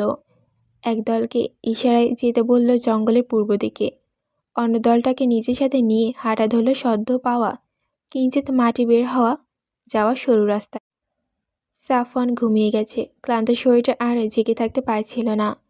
সাফওয়ানের হাতে সুপের বাতিটা সেভাবেই ধরা আছে, এক ফোঁটাও সাফওয়ানের পেটে যেতে পারেনি। সাফিনও আগের মতো করে বসে আছে। কিছুক্ষণ পর নীরবতা ভেঙে রাফসান নিচু স্বরে বলে উঠল, এইভাবে হাত গটিয়ে বসে থাকলে কিছুই হবে না। আমার বোনটা হারিয়ে যেতে চলেছে। ও যতক্ষণ না চাইছে ততক্ষণ আমরা ওকে খুঁজতে পারবো না, খুঁজে পাবও না। কিন্তু সাফওয়ানকেও আমরা এভাবে হারাতে পারবো না। আমার মনে হয় তোর মাকে বিষয়টা জানানো উচিত। তিনি এলে হয়তো সাফওয়ানকে একটু বুঝিয়ে সুঝিয়ে কিছু খাওয়াতে পারবে। আমি যদি সেদিন রুমিকে একটিবারের জন্য জানতে পারতাম সাফওয়ানের এই অবস্থা সম্পর্কে, তাহলে হয়তো ও ফিরে আসতো, এইভাবে পালিয়ে বেড়াতো না আমাদের থেকে। সাফিন ভাবুক ভঙ্গিতে বলল, আমার মনে হয় রুমি আপু ওইখানে আগের থেকে ছিল না, কারণ আমরা এতদিন ধরে খুঁজেছি আপুকে। এই জঙ্গলে প্রতিটা কোণা আমরা খুঁজেছি, কিন্তু আপুকে পাইনি। আপু যদি এইখানে থাকতো তাহলে একটাবারের জন্য কারো না কারো চোখে আপু চিহ্ন পড়তো, হয়তো আপুর অন্য কোনো জায়গায় ছিল। আর কাল রাতেই হয়তো এসেছে কোনো কারণে, আর হয়তো আমাদের সামনে পড়ে গেছে। নইলে যে পালিয়ে বেড়াচ্ছে সে তো ইচ্ছা করে কারোর সামনে চলে আসবে না, বলো? রাফসান চেয়ার থেকে উঠে দাঁড়ালো, রুমের ভেতর পায়চারি করতে করতে বলল, হ্যাঁ তোর কথায় যুক্তি আছে, ব্যাপারটা আমিও ভেবেছি। কিন্তু ও তো আবার ফিরে এসেছিল, কিন্তু কেন? আমাদের কাছে ফিরে আসার জন্য যে ফিরে আসেনি সেটা তো ক্লিয়ার, অন্য কোনো কারণে এসেছে, আর এর পেছনে অন্য কোনো কারণ আছে। রাফসান আবারও চেয়ারের দিকে এগিয়ে এসে সাফরিনের উদ্দেশ্যে বলল, আচ্ছা এসব নিয়ে ভাবনা চিন্তা করার সময় এখন নয়। সাফওয়ানকে এইভাবে ওর মন মার্জির ওপর ছেড়ে দেওয়া যাবে না। আমাদের কিছু একটা করতে হবে। ওর যা অবস্থা দেখছি তাতে ও এমন করলে বেশি দিন বাঁচবে না। ওর শরীরে আরও কিছুটা অংশ এখন আর বাকি নেই। ওর পিঠের কাছটাতে দেখ, ঘা হয়ে রাস্তা হয়ে আছে। আর কয়েকদিন গেলেই ওর শরীরে ইমিউনিটি সিস্টেম পুরো ডাউন হয়ে যাবে। তখন ওই কালো সাদা দাগগুলো দগদগে ঘায়ে পরিণত হবে। তুই এখনই গিয়ে রুনিয়া ফুপিকে নিয়ে আসবি, সাথে আরও কিছু খাবার দাবার আনবি। রুনিয়া ফুপিকে ওর এই অবস্থা দেখালে তিনি কিছু করতে পারবেন, কিন্তু আমাদের ওই অবস্থা ওনাকে দেখানো উচিত না, কিন্তু আমাদের আর কিছু করার নেই। আমি এখানেই থাকছি, তুই এক্ষুনি যা, গিয়ে আবারও ফিরে আসবি। শাফিন আচ্ছা বলে সুপের বাটিটা বিছানার সাইডে টেবিলের উপর রেখে দিল। রাফসান কিছু একটা মনে করে বলল, স্বাভাবিকভাবে হেঁটে বাড়ি গেলে 15 মিনিটের মতো সময় লাগবে। 15 মিনিট পর তুই আমাকে ফোন দিবি। 1 মিনিট সময়ও যদি বেশি লাগে তবে আমি তোকে ফোন দেব। তবে তুই ফোন রিসিভ করবি না, কল কেটে দিয়ে আমাকে মেসেজ করবি যে তুই কোথায় আছিস। আর তোর পৌঁছাতে আর কতক্ষণ লাগবে মনে থাকবে? রাফসান এমন হঠাৎ সাবধানতার বোধগম্য হলো না শাফিনের। তবু মাথা নেড়ে রাফসানের আদেশ মেনে নিল ও। গোছগাছ করে বের হলো ল্যাব থেকে। আজও টর্চ নেই ওর কাছে, কারণ পুলিশেরা ওদের বাড়ির আশপাশটা শকুনের দৃষ্টিতে নজর রাখছে। যদিও তাতে কোনো লাভ হচ্ছে না বলে শাফিনের মনে হচ্ছে। শুধু শুধু ওদেরকে ভোগান্তি দেওয়া ছাড়া পুলিশগুলো আর কিছু করতে পারছে না। ল্যাব থেকে বের হয়ে শাফিন পা বাড়ালো বাড়ির দিকে। দিয়েগো ও দলবল নিয়ে সরু রাস্তাটা ধরে এগোতে এগোতে এসে থামলো একটা ভাঙা ভুতুড়ে কুঁড়েঘরের সামনে। কিন্তু সেটা এতটাই জরাশীর্ণ যে এর ভেতরে কেউ থাকতে বলে মনে হয় না। আর এত ছোট জায়গার ভেতরে একজন স্বাভাবিক মানুষ কোনোভাবেই থাকতে পারে না। তবু সাবধানতার মান নেই। দিয়েগো ওর সাথে একটা ছেলেকে বলল কুঁড়েঘরটার ভেতরটা একবার দেখে আসতে। ছেলেটা কুঁড়েঘরের দরজায় দাঁড়িয়ে ভেতরটা ভালোভাবে পর্যবেক্ষণ করে এল। না, তেমন সন্দেহজনক কিছুই নেই। কুঁড়েঘরে হাড় পাঁজর সব বেরিয়ে গেছে। ঘরে চালা নেই এক পাশ থেকে। যে পাশে বৃষ্টির পানি পড়ে শ্যাওলা ধরে গেছে, সমস্ত মেঝে পাতায় দিয়ে পূর্ণ। এইখানে আর কী বা থাকবে? কয়েক রকমের পোকামাকড় ছাড়া আর কিছুই নেই। রাতের আঁধারে পোকামাকড়ের কামড়ের ভয়ে ছেলেটা আর এগোলো না। আরও একবার ভালো করে পর্যবেক্ষণ করে বের হয়ে এলো সে। সেই মুহূর্তে দিয়োগের কানে ব্লুটুথ ডিভাইসটা শব্দ করে উঠল। পূর্ব দিকে যাওয়ার দলটা কিছুটা খোঁজাখুঁজির পরও কিছু পায়নি ওদিকে। জঙ্গলের ধারে একটা খাল জাতীয় কিছু আছে। ওর পাশে আর জঙ্গল নেই। জঙ্গলের হেডলাইট এখানেই। দিয়েগো ওদেরকে ডিভাইসের মাধ্যমে বলল ফিরে এসে দিয়েগোর সাথে যোগ দিতে। তারপর কুঁড়েঘর থেকে বেরিয়ে ওরা অন্যদিকে গেল। শাফিন সাবধানে রাস্তা দেখে পার হচ্ছে। চাঁদের স্বল্প আলোয় আর কিছু দেখছে। তার ভেতরে যতদূর সম্ভব দেখার চেষ্টা করছে ও। মাটিতে থাকা সাপ বিচ্ছুকে যথাসম্ভব এড়িয়ে যাওয়ার চেষ্টা করেছে। ধীরে চলার কারণে একটু সময় লেগে যাবে বাড়ি যেতে। রাফসান হয়তো কিছুক্ষণের মধ্যেই কল দেবে ওর কাছে। শাফিন একা হয় একটু ভয় ভয় লাগছে ওর। এই জঙ্গলের ভেতর এখন পর্যন্ত একবারও একা আসা হয়নি। একবার শুধু সাফনের পিছু নিয়েছিল একা, কিন্তু তখন তো সাফন ছিল। এখন তো তাও নেই, পুরোপুরি একাও। মাথার ভেতরে আজ পর্যন্ত দেখা সব হরর মুভির সিনগুলো একটার পর একটা রিপ্লে হচ্ছে ওর মাথায়। আফসোস হলো ওর, কেন ও একা আসতে গেল। ও নিজে লেবে থেকে গিয়ে সাফনকে পাহারা দিত আর রাফসানকে পাঠাতো, কিন্তু তা তো অন্য সমস্যা হতো।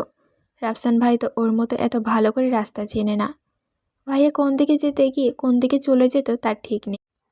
আনমনে হাঁটতে হাঁটতে জঙ্গলে সেই খোলা জায়গাটা চলে এলো ও। এইখানে আসার পর একটু সাহস হলো ওর। হঠাৎ করে ফোন বেজে উঠল শাফিনের। বাড়ি যেতে আর বেশি দেরি পথ নেই, 2 মিনিটও লাগবে না। ফোনটা প্যান্টের পকেট থেকে বের করে স্ক্রিনে রাফসানের নাম দেখল। বারণ সত্ত্বেও হাঁটতে হাঁটতে কলটা রিসিভ করে কানে ধরল ও। হ্যাঁ ভাইয়া, আমি পৌঁছে গেছি, আর 2 মিনিট মতো লাগবে। রাফসান ওপাশ থেকে কি বলল শোনা গেল না। তার উত্তরে শাফিন বলল, ঠিক আছে আমি গিয়েই। কিন্তু পুরো কথাটা শেষ করতে পারল না শাফিন। তার আগে পেছন থেকে কেউ একজন এসে শাফিনের মুখটা চেপে ধরল, আর অন্য একজন এসে শাফিনের হাত দুটো পিছন মোড়া করে ফেলল। ফোনটা পড়ে গেল মাটিতে। রাফসান ফোনের উপাস থেকে হ্যালো হ্যালো করতে থাকলো, কিন্তু শাফিন আর কোনো সারা শব্দ পাওয়া গেল না। ল্যাবের ভেতরে থাকা রাফসানের ঘাম ছুটে গেল। শাফিনের কোনো হদিশ পাওয়া যাচ্ছে না। শাফিন বিপদে পড়েছে। শুধু এই কথাগুলো মাথায় ঘুরবার মাথায় ঘুরপাক খাচ্ছে ওর। কিন্তু ও বের হবে কিভাবে? ল্যাবের পাসওয়ার্ড তো ওর জানা নেই। সাফিনকে বলেছিল সাফওয়ান, ওকেও বলেছিল, কিন্তু ও তো ভুলে গেছে। ভাবনা চিন্তা না করে ও সাফওয়ানকে ডেকে তুলল। দুর্বার শৈলে ঘুমন্ত সাফওয়ান রাফসানের ডাকে পিট পিট করে চোখ মেলে তাকালো। আরও তাকাতেই রাফসান উত্তেজিত গলায় বলল, ভাইয়া, সাফিন হয়তো কোনো বিপদে পড়েছে ভাইয়া। ও বাড়িতে যাচ্ছিল, আমি ওর কাছে কল দিয়েছিলাম। কথা হতে হতেই হঠাৎ করে একটা শব্দ হলো, আর তারপর থেকে আর কোনো সারা শব্দ নেই। ফোনের ওপাশ থেকে কেউ উত্তর দিচ্ছে না। আমি তো ল্যাবের পাসওয়ার্ড জানি না, তুমি দ্রুত কিছু করো। সাফিন আর বিপদ কথাটা শুনেই সাফওয়ান হুড়মুড় দিয়ে দাঁড়িয়ে গেল। কিন্তু দাঁড়াতেই দুর্বলতার কারণে মাথাটা ঘুরে উঠল ওর। পরিচিতে গিয়েও নিজেকে সামনে নিল। তারপর দ্রুত পায়ে উঠে ল্যাবের সিঁড়ি দিয়ে উপরে উঠল। ওর পিছু পিছু গেল রাফস। ল্যাব থেকে বেরিয়ে বাড়ির রাস্তা ধরে ছুটল সাফওয়ান। ওর পেছনে উদহঙ্গে ছুটল রাফসান। কিন্তু সাফওয়ান এত বড় বড় কদমের সাথে ও পেরে উঠল না। তারপরে প্রাণপণে ছুটল ও, আর সেই সাথে সাফিনের ফোনে কল দিচ্ছে বারবার। ছুটতে ছুটতে একসময় ওরা সেই খোলা জায়গা পেরিয়ে সামনে আসলো একটু। আর সেই মুহূর্তে সাফনের ফোনের রিংটোন কানে এলো ওদের।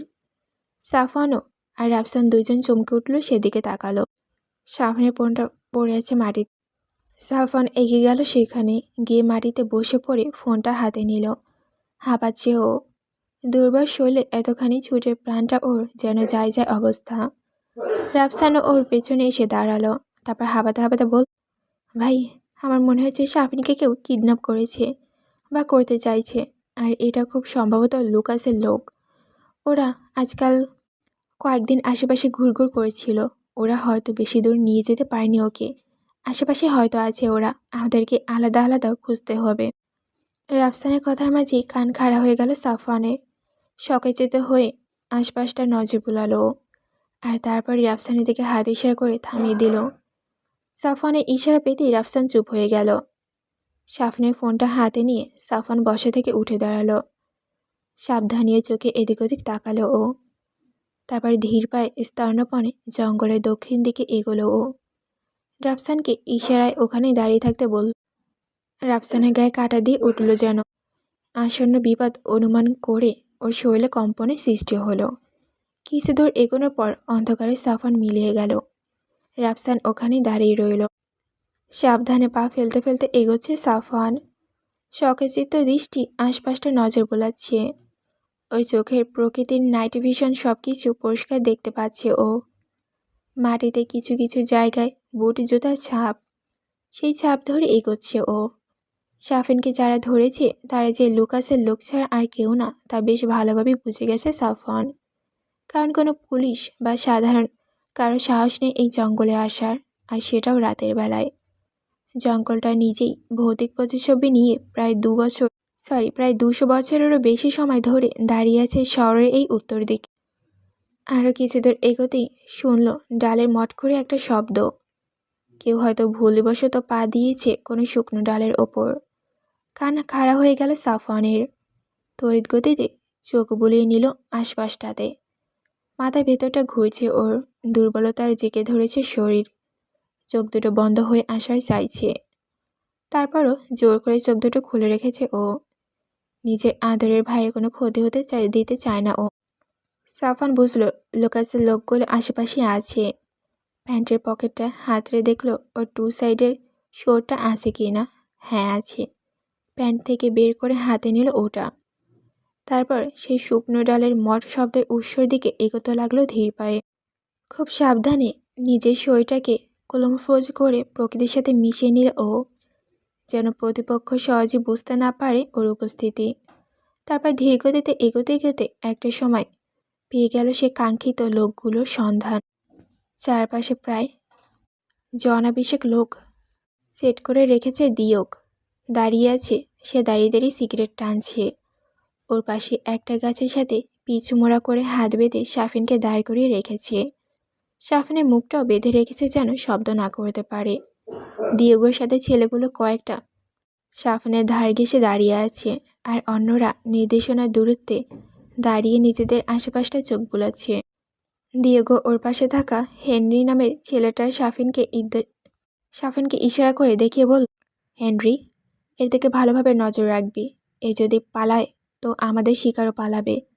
এই ছেলেটা সাফওয়ান আহমেদের খুব কাছের কেউ। ওদের বাড়িতে থেকে দেখেছে যেহেতু সেহেতু সাফওয়ানের কলজি হবে, তাই একজনও খামখেয়ালি করবে না কাজে। একে হাতছাড়া করা মানে শিকারকে হাতছাড়া করা, বিষয়টা মাথায় রাখবে।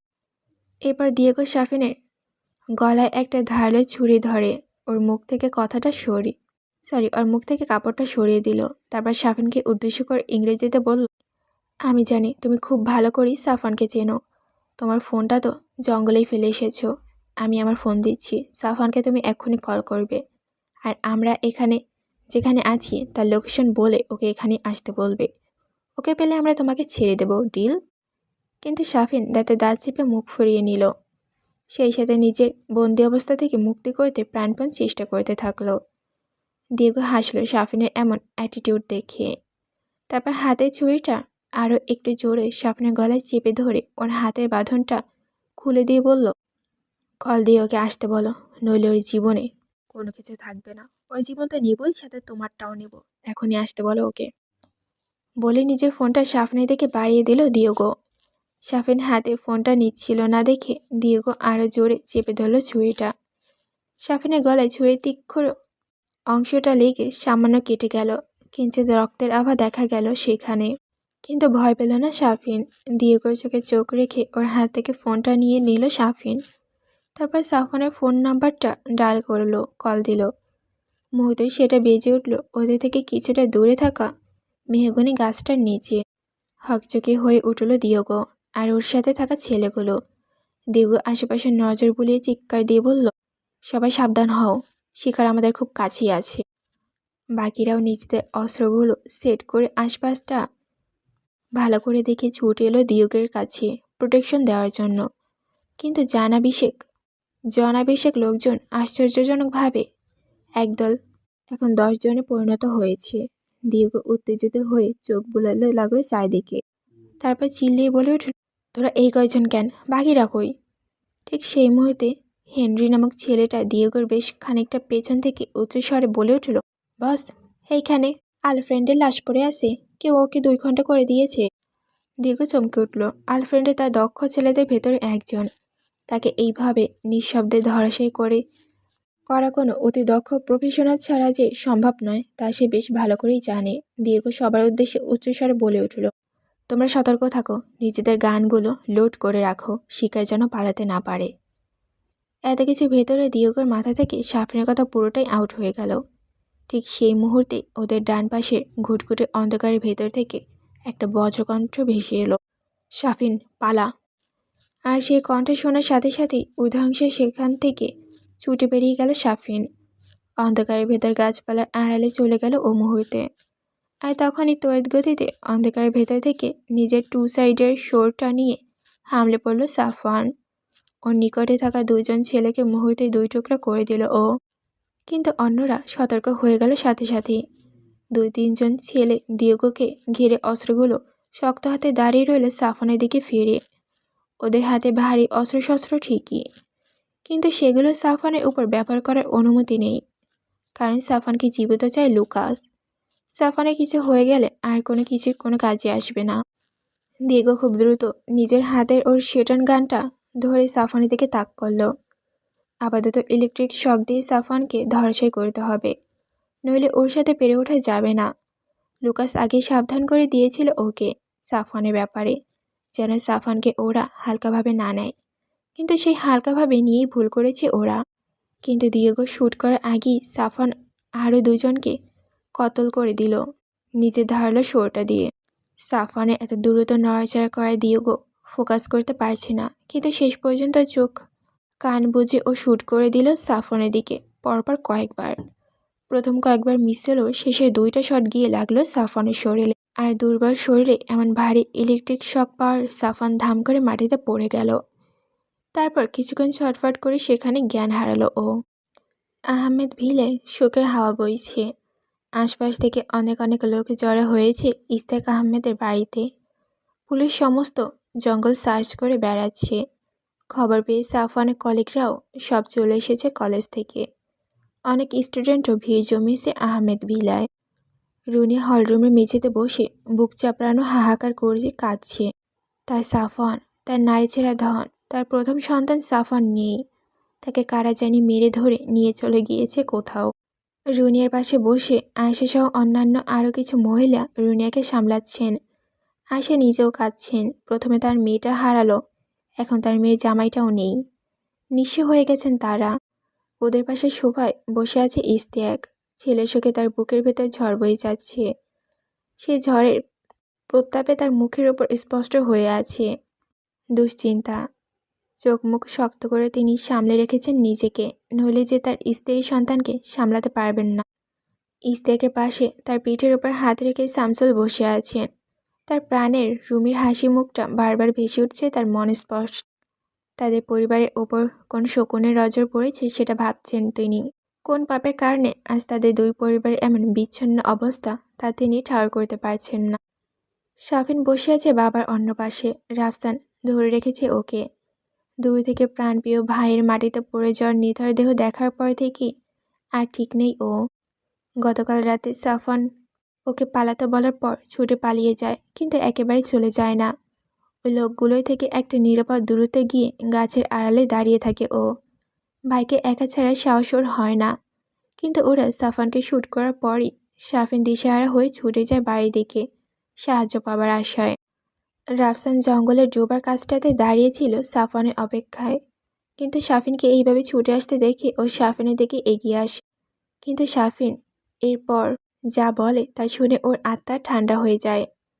ওই অচেনা লোকগুলোর সাথে পেরে উঠবে না জেনেও দুজন ছুটে যায় সাফনকে বাঁচানোর শেষ চেষ্টায়। কিন্তু গিয়ে কোনো লাভ হয় না। ওরা যাওয়ার আগেই সেই অচেনা লোকগুলো সাফনকে নিয়ে একদম হাওয়া হয়ে যায়। শুধু রেখে যায় ওদের কিছু লোকদের দ্বিখণ্ডিত লাশ। লাশগুলো পুলিশ খুঁজে পেয়েছে। সেগুলো পোস্টমর্টমের জন্য নিয়ে যাওয়া হয়েছে হাসপাতালে। লাশগুলো একটাও দেশি নয়, সবই বিদেশি। তাদের পরিচয় এখনও জানা যায়নি, যার কারণে তারা কোনো হদিশ পাচ্ছে না। আর তারা কোন দেশ থেকে এসেছে সেটাও বোঝা যাচ্ছে না। পুলিশ ধারণা করেছে যারা সাফন আহমেদকে নিয়ে গেছে তারা হয়তো রুমাশা কাদেরকেও নিয়ে গেছে। এই কারণে রুমাশা আর সাফন নিখোঁজের মামলা এখন ইন্টারন্যাশনাল মামলাতে পরিণত হয়েছে। যশোর আদালত থেকে সেটা ঢাকা ট্রান্সফার সেন্ট্রাল হাইকোর্টে চালান করা হয়েছে। পরিস্থিতি ঠিক কী দাঁড়িয়েছে তা কেউ ধারণা করতে পারছে না। আহমেদ ভিলে এখন পুলিশ, বিভিন্ন উচ্চপদের কর্মকর্তা সহ সাধারণ জনগণের কারণে লোকে লোকরণ্য হয়ে গেছে। কারণ সাফান যে স্বাভাবিক কেউ ছিল না সেটা জানাজানি হয়ে গেছে। গতকাল ঢাকা থেকে একদল পুলিশ ফোর্স এসে জিজ্ঞাসাবাদ করেছেন ইশতিয়াকের পরিবারের সবাইকে। এক বিন্দু পরিমাণ সত্য ও গোপন করতে নিষেধ করেছেন তারা। কারণ সাফানকে খুঁজতে হলে তাদের সব সত্য জানানো প্রয়োজন। কোনো একটা তিল পরিমাণ তথ্য মিসিং হলে তাদের পক্ষে সাফানকে খুঁজে পাওয়া টাফ হবে। আর তাদের কথা শুনে রুনি আর ইশতিয়াক সাফানের ব্যাপারে সব সত্য বলতে রাজি হয়ে যায়। শাফিন আর রাফসান জোরালোভাবে বারণ করা সত্ত্বেও। কিন্তু রুনি আর ইশতিয়াক পুলিশ ফোর্সটাকে সাফানের শারীরিক কন্ডিশনের কথা বলার আগে বলে নিয়েছেন যে ব্যাপারটা খুবই গোপন, এবং এই কথাটা যেন শুধুমাত্র যাদের না জানানোই নয় তাদেরকে জানানো হয়। স্পেশাল ফোর্স ইশতিয়াকের কথা সম্মতি জানিয়েছিল, কিন্তু তাদের ভেতর থেকেই কোনো এক বিশ্বাসঘাতক টাকার লোভে এই গোপনীয় খবরটা সংবাদ মাধ্যমের কাছে জানিয়ে দিয়েছে। আর সেটা নিয়ে পুরো দেশ জুড়ে হচ্ছে তোলপাড়। আর এখন AM কলেজের শিক্ষকগণ সহ শিক্ষার্থীরাও জেনে গেছে তাদের সাফান স্যার কোনো সাধারণ মানুষ নয়। তাদের সাফান স্যার কেন এমনভাবে চোখ মুখ ঢেকে চলাফেরা করতো, আর কেনই বা সশরীরে ক্লাস না নিয়ে অনলাইনে ক্লাস নেয়। চারিদিকে সাফানকে নিয়ে গুঞ্জন শোনা যাচ্ছে। সেই সাথে সাফানের স্ত্রী হওয়ার সুবাদে রুমাশাকে নিয়েও জল্পনা কল্পনা শেষ হচ্ছে না। কিন্তু পাবলিক তখনও জানতে পারল না যে সাফানের ভেনোমাস এবং তার দাঁতের ভেনমের বিশ্বের সবচাইতে বিষাক্ত ভেনমেরগুলোর একটা। এই খবরটা চাপাই ছিল। কিন্তু বাংলাদেশের পুলিশ স্পেশাল ফোর্স সাফানের ব্যাপারে ভালোভাবে খোঁজ খবর নিয়ে সিঙ্গাপুরে যোগাযোগ করে।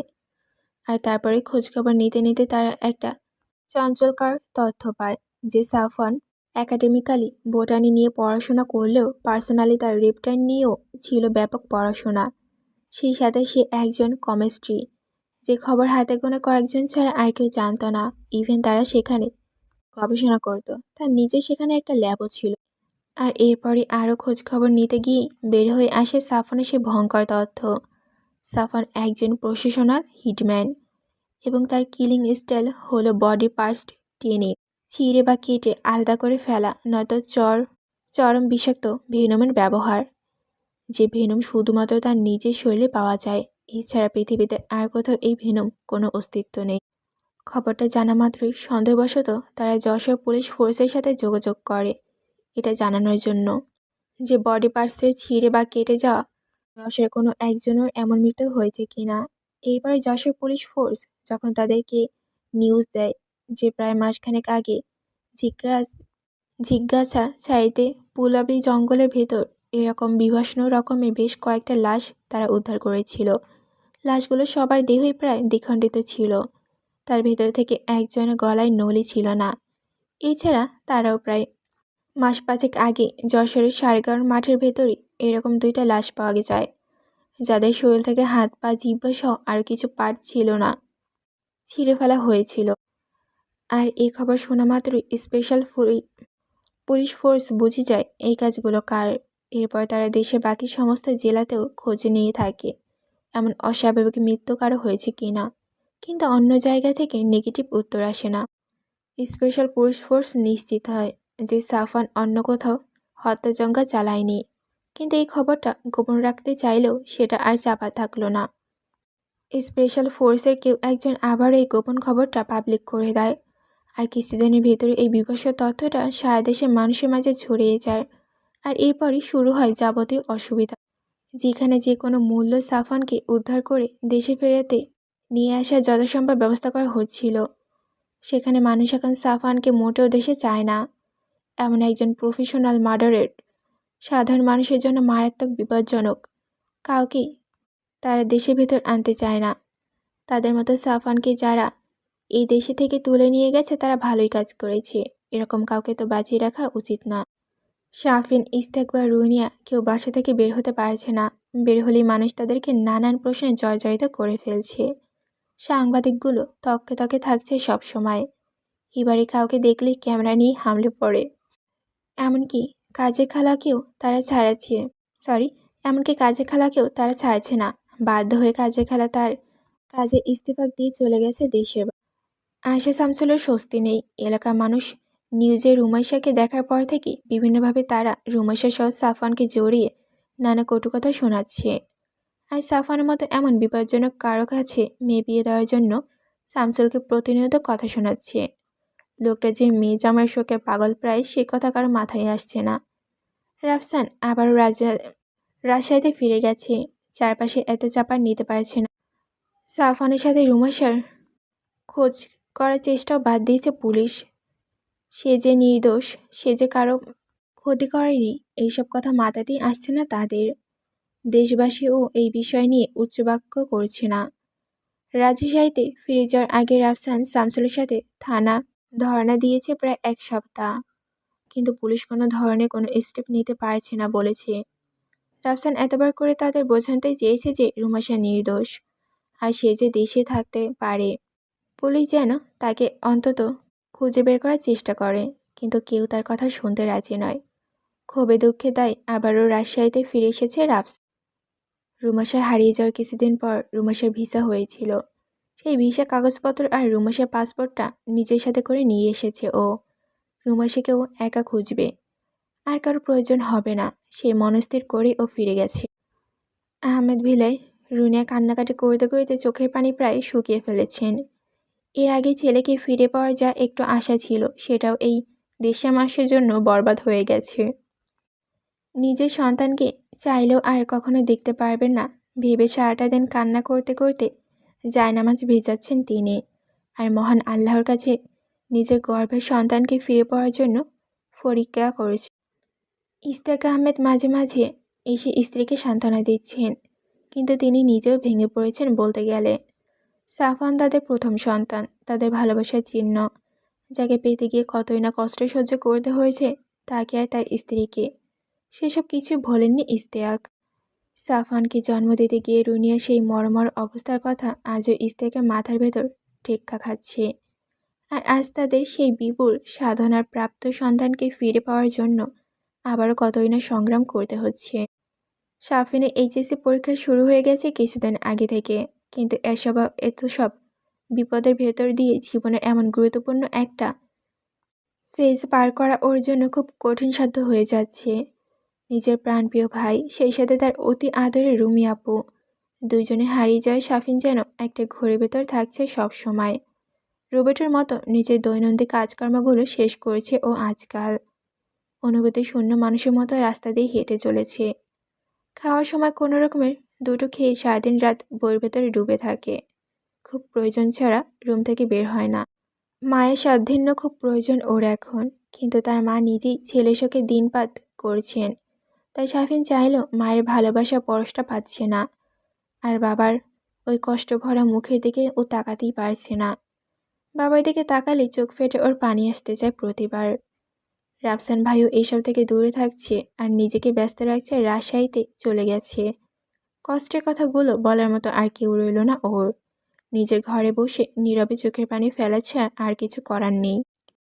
আমেরিকা ম্যাসাচুসেটস স্টেটের হার্ভার্ড ইউনিভার্সিটিতে বায়োমেডিক্যাল ইঞ্জিনিয়ার সেকশনের ল্যাবে একটি সিক্রেট রুমে স্ট্রেচারের ওপর ঘুমিয়ে আছে সাফওয়ান। ওর হাত পা সহ দেহের আরও কিছু অংশ ধাতব চেন দিয়ে বেঁধে রাখা স্ট্রেচারের সাথে। শরীরের বিভিন্ন অংশের আঘাতে চিহ্ন। ঠোঁটের ডান পাশটার খানিকটা কেটে গেছে, সেইখানে রক্ত শুকে শক্ত হয়ে আছে। হাতের উপরিভাগের আঙ্গুল শনিস্থেগুলো রক্তাক্ত, আর স্ট্রেচারের পাশে দেওয়ালে জুড়ে হাতের মুষ্টিবদ্ধ ঘুষির রক্তের ছাপ।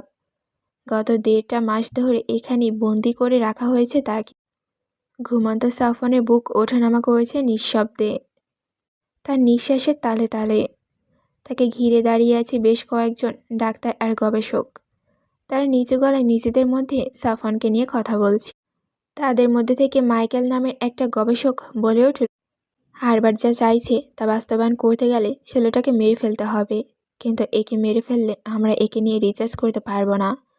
আবার একে নিয়ে রিসার্চ করতে হলে হার্ভার্ড যা চায় তা পাবে না। তাহলে আমাদের এখন কি করণীয়? মাইকেল প্রশ্নে বাকিরা চুপ করে থাকলো কিছুক্ষণ। তারপর জর্জ নামের অন্য একটা ডাক্তার বলে উঠলেন, এই ছেলেকে হার্ভার্ড আমাদের কাছে পৌঁছে দিয়েছে। সেহেতু তার কাজটা আমাদের আগে করতে হবে, আর এরপর আমাদের সর্বোচ্চ চেষ্টা করব ছেলেটাকে বাঁচিয়ে রাখার। সে যদি বেঁচে থাকে তাহলে আমরা তার উপরে রিসার্চ করব, নইলে করব না। আমরা হার্ভার্ডের ওপর কিছু করতে গেলে সেটা হবে ঘোড়া ডিঙিয়ে ঘাস খাওয়ার মতো। ছেলেটা তো মরবেই, সাথে আমরা মরব। জর্জের কথায় মাইকেল আবার বলে উঠল, তাই বলে এমন বেয়ার কন্ডিশন কাউকে আমরা কি করে কিছু করতে পারি? আর কিভাবে রিসার্চ না করে ছেড়ে দিতে পারি বলো? এমন অভাবনীয় একটা সৃষ্টিকে আমরা একটু যাচাই করে দেখব না? সে একটা হাইব্রিড। আমরা যদি তার ওপর রিসার্চ করতে পারি আর তার এই হাইব্রিড জনকে ভেতরের রহস্য বের করতে পারি, তবে আমরা অবশ্যই নোবেল জিতব। কিন্তু হার্ভার্ড যা চায় তা করতে হলে ছেলেটাকে মরতে হবে। ছেলেটার বিষ গ্রন্থ থেকে বিষ বের করে ফেলতে হবে সব। এতে তো ছেলেটার মৃত্যু নিশ্চিত, কারণ এটা তো তার শরীরের একটা অংশ এবং খুব গুরুত্বপূর্ণ একটা অংশ। মাইকেল, জর্জ আর অন্যান্যদের ভেতর আরও খানিকটা সময় হার্ভার্ডের চাহিদা আর তাদের রিসার্চ নিয়ে আলোচনা হলো। কিন্তু শেষ পর্যন্ত সিদ্ধান্ত হলো হার্ভার্ডের কথা শুনতে হবে, নইলে তাদের নোবেল জেতা যেমন তেমন প্রাণটা হাফছাড়া হয়ে যাবে। তাদের প্রাণটাই আর থাকবে না, যা তারা কেউই চায় না। নিজেদের লাইফ রিস্ক রেখে কেউ রিসার্চ করবে না। একমাত্র মাইকেলের লোকটাই সাফনের প্রতি একটু মায়া হলো। সে চাইছে না এমন বেয়ার কন্ডিশনের এমন হ্যান্ডসাম ডুকে মেরে ফেলতে, কিন্তু তার হাতে কোনো উপায় নেই। কারণ হার্ভার্ড খুব নামকরা আন্ডারওয়ার্ল্ডের মাফিয়া কিং, যার হয়ে এক সময় কাজ করেছে সাফওয়ান, যে খুব ভালোই জানতো সাফওয়ানের এই কন্ডিশন সম্পর্কে। আর তার নির্দেশে সাফওয়ানকে দেশ থেকে ধরে নিয়ে আসা হয়েছে শুধুমাত্র ওর ভেনমের জন্য, যার 1 মিলিগ্রামের মূল্য বিশ্ববাজারে 1 বিলিয়নের কাছাকাছি। আর সাফওয়ানের বিষ গ্রন্থ থেকে একবার সব বেশি বের করলে প্রায় 250 গ্রামের মতো ভেনম পাওয়া যাবে, যা দিয়ে অনায়াসে হার্ভার্ডে বিশ্বের সবচেয়ে ধনীর কাতারে নাম লেখাতে পারবে। ঘুমন্ত সাফানের দিকে তাকিয়ে একবার দীর্ঘশ্বাস ছাড়ল মাইকেল। তারপর সাফানকে ওইভাবে রেখে চলে গেল তারা সবাই। সাফানকে সিডেটিভ দেওয়া হয়েছে, যার প্রভাবে 24 ঘন্টার ভেতর আর ঘুম থেকে উঠবে না সাফান। আগামী সপ্তাহে হার্বার্টে দেওয়া কাজ সম্পন্ন করতে হবে তাদের, তাই সময় নষ্ট না করে কাজটা কিভাবে করবে সেই নিয়ে মিটিংয়ের অংশ নিয়েছে তারা। সাফান নিখোঁজ প্রায় 2 মাস। সাফানের পরীক্ষা শেষ হয়েছে 15 দিনের মতো, কিন্তু ওর ভিতর কোনো বিবেক নেই। নির্বিকার হয়ে গেছে ও পুরো। পরিবার ছাড়া আর কারোর সাথেই কোনো প্রকারে কথা বলছে না। মাঝে মাঝে রাফসানের সাথে কথা হয়, কিন্তু সেটাও খুব কম। রুনি এখন আগে থেকে স্বাভাবিক আছেন, কান্নাকাটি করছেন না, কিন্তু নিশ্চুপ হয়ে গেছেন একদম। সাফানকে হারানোর পর থেকে ওনার মুখে আর হাসি ফোটেনি। ইস্তাইকেরও তাই। সাফানের নিজের সাথে যেন পুরো পরিবারের আনন্দ, হাসি, কান্না সব নিয়ে চলে গেছে। সাফিন রাতে অন্ধকারে রুমাইশাকে আর কয়েকবার খোঁজার চেষ্টা করেছে উত্তরে জঙ্গলের ভেতর, কিন্তু তার সব চেষ্টা ব্যর্থ হয়েছে। রুমাইশার কোনো খোঁজ পায়নি। রুমাইশাকে পেলেও হয়তো ওর বাবা মায়ের আর মামি মামার কষ্ট একটু দূর হতো, কিন্তু দুর্ভাগ্য। রাত অনেক হলো, সাফিনের ঘুম আসছিল না। ও বসেছিল ওর ঘরের ভেতর, কিন্তু মানসিক অশান্তি তাড়া করেছিল ওকে। তাই মনটা শান্ত করার জন্য ছাদে যাওয়ার সিদ্ধান্ত নিল। ভাইয়ের চিলেকোঠার কামরাটা একবারে একটু ঢুকে দেখে আসবে, তাহলে যদি একটু শান্তি পাওয়া যায়। চেয়ার ছেড়ে উঠে রুম থেকে বের হলো সাফিন। তারপর সাইডে বেয়ে ছাদে উঠল। চিলেকোঠার কামরাটার বাতি জ্বালানো না। বাতি জ্বালালে যেন কেমন লাগে। এই ঘরটা বাতি জ্বালানো ঠিক কতদিন তার হিসাবও নেই। কেমন যেন ভুতুরে একটা আবহাওয়া বিরাজ করছে পুরো ছাদ জুড়ে। সাফিন গিয়ে বসলো ছাদের রেলিংয়ের ওপর। তারপর ছাদের মেঝের দিকে তাকিয়ে ও কল্পনার চোখে দেখতে পেল ওর বিশাল দেহি, ফোলা ফোলা শক্ত পেশিযুক্ত সাফন ভাই, আর তার পাশে খুব আদরে তাই সাফন ভাইয়ের বুকের পাঁজরে নিম্ন অংশ ছুঁই ছুঁই রুমি আপুর খুনসুটি। রুমি আপু ওই খিলখিলে হাসি, সাফন ভাইয়ের সেই উজ্জ্বলের চোখের দিকে, রুমি আপুর দিকে প্রেমপূর্ণ চাহনি, সব যেন সাফিনের চোখের সামনে ভেসে বেড়াচ্ছে। সব এখন অতীত। চোখে ফেটে পানি এসলো সাফিনের। চিলেকোঠার রুমের দিকে থেকে মুখ ফিরিয়ে নিল ও। তারপর তাকালো বাড়ির পেছনে অন্ধকারে নিমজ্জিত ঘন জঙ্গলের দিকে। আর সেই দিকে কিছুটা খেয়াল করতেই সাফিন চমকে গেল। কিছু একটা দাঁড়িয়ে আছে সেখানে।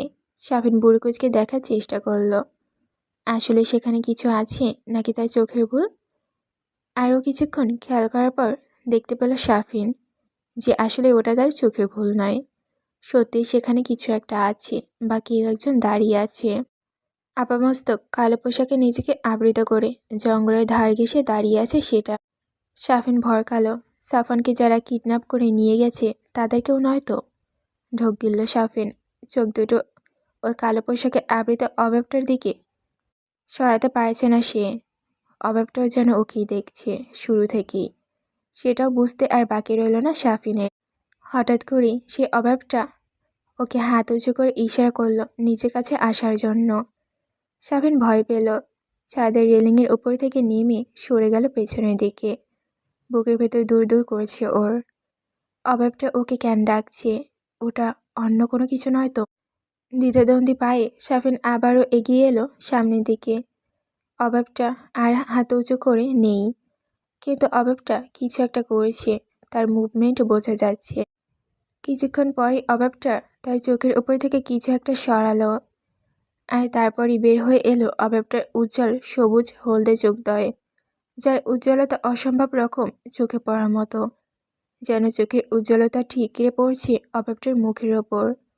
চোখের আশপাশটাও সেই উজ্জ্বলতার আলোকে আলোকিত হয়েছে যেন, কিন্তু মুখটা ঢাকা থাকায় সে কে তা কোনোভাবে বোঝা যাচ্ছে না।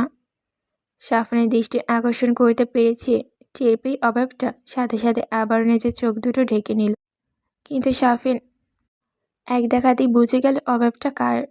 ওর স্লান মুখটা হঠাৎ করেই প্রচণ্ড খুশিতে ঝলক দেখা গেল। উত্তেজনায় কী করবে, কোনো দিকে যাবে তা বুঝতে পারল না ও। ছাদের উপরে কিছুক্ষণ বেখেয়ালিভাবে এদিক ওদিক ছোটাছুটি করল।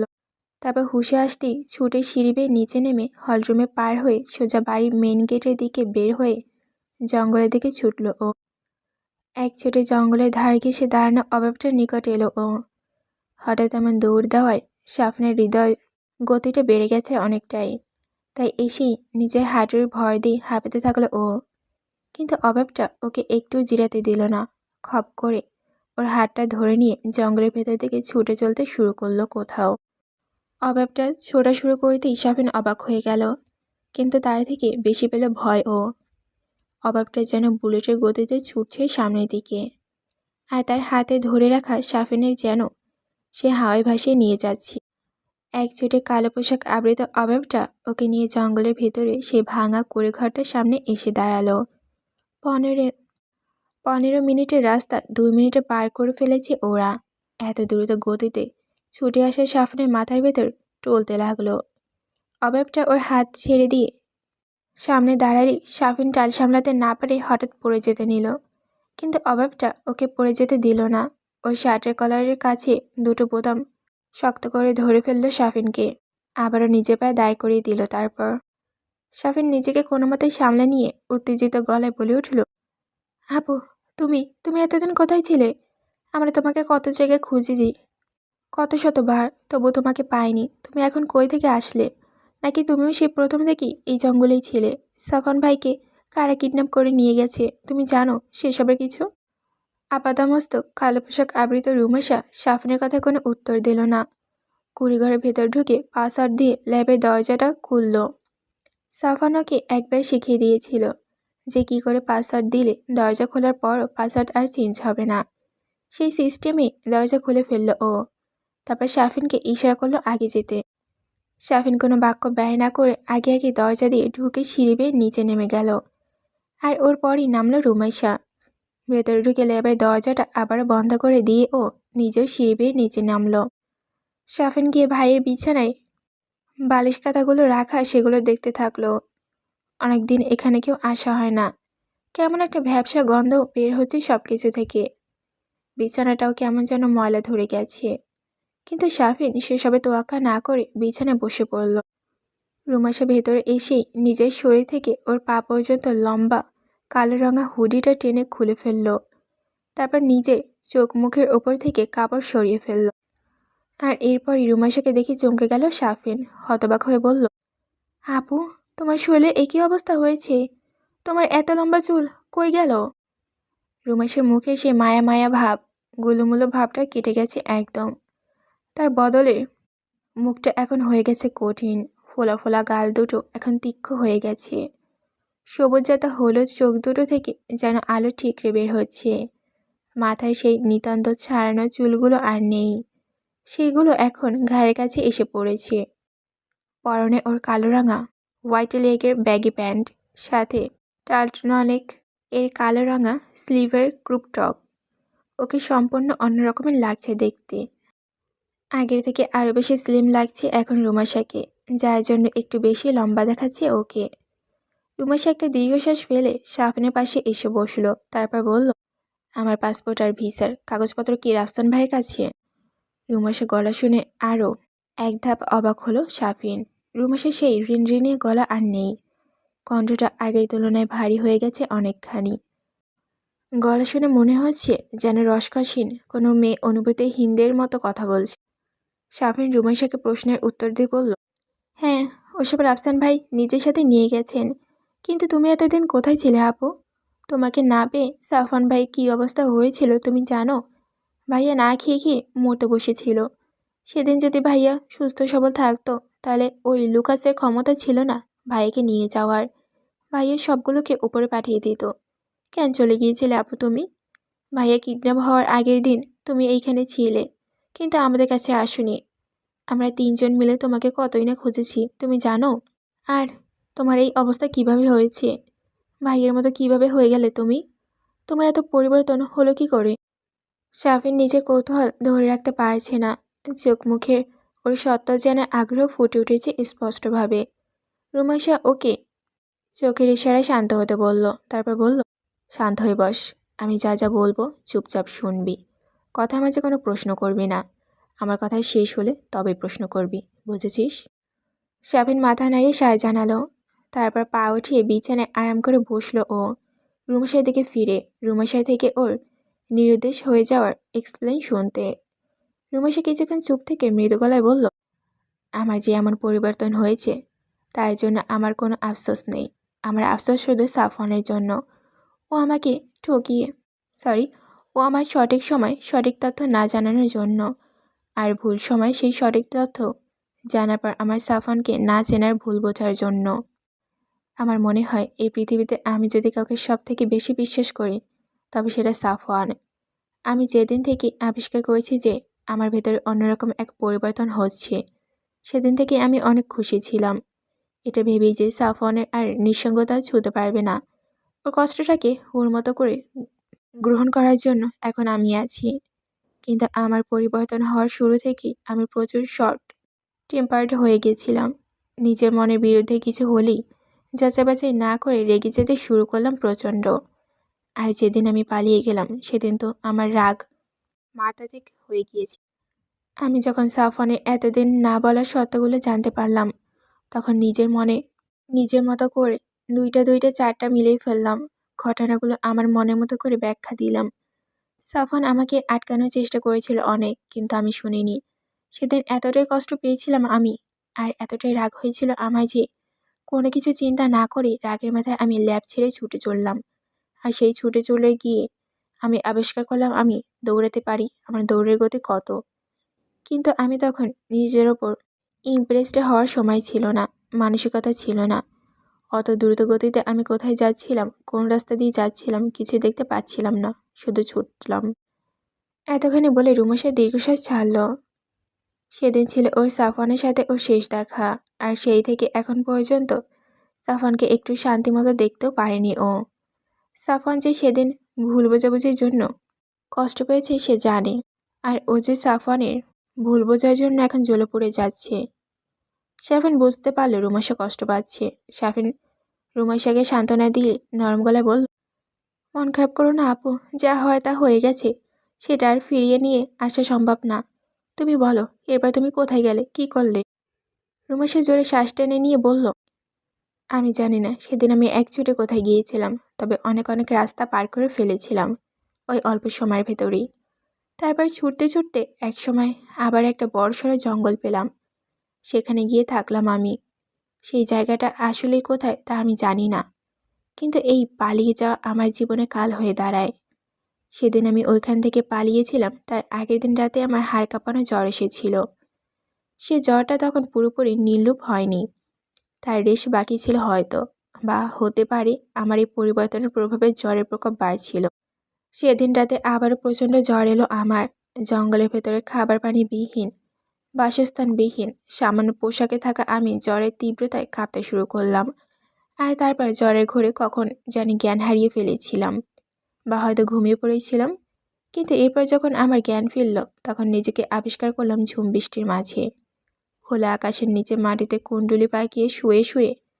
ওই জ্বরের অবস্থায় কতক্ষণ যাবৎ ঝলমলে বৃষ্টি আমাকে ভিজিয়েছে সেটা বলতে পারিনি, কারণ জ্ঞান ফিরে কয়েকবার চোখ মেলে তাকিয়েছিলাম, বৃষ্টি ছাড়া আর কিছু দেখিনি।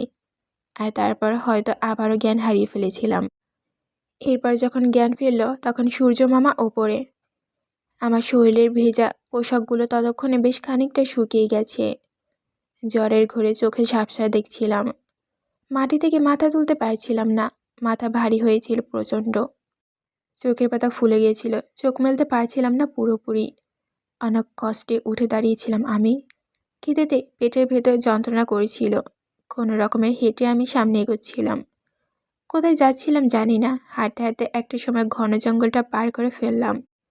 জঙ্গলের পরেই ছিল বিশাল ফসলি মাঠ। ওই মাঠের কোণে একটা ছোটোখাটো বাড়ি ছিল, খুব জরাশূন্য সে বাড়িটা। কোনো কিছু না ভেবে সেই বাড়িতে ঢুকে পড়লাম। সে বাড়ি শুধু একটা বুড়ি ছিল, তার স্বামী সন্তান কেউ নেই। জ্বরের কোপে টলতে টলতে সেই বুড়ির কাছে গিয়ে আমি কোনো রকমের সাহায্য চাইলাম।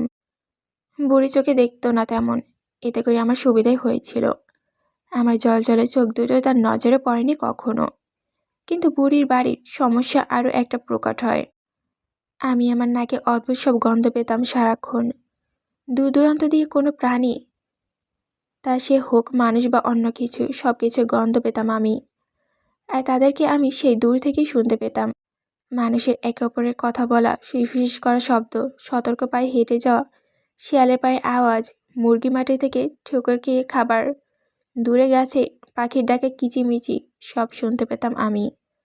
অসহ্য লাগতে শুরু করেছিল আমার। এই সম্পূর্ণ নতুন আমিকে আমি সহ্য করতে পারছিলাম না।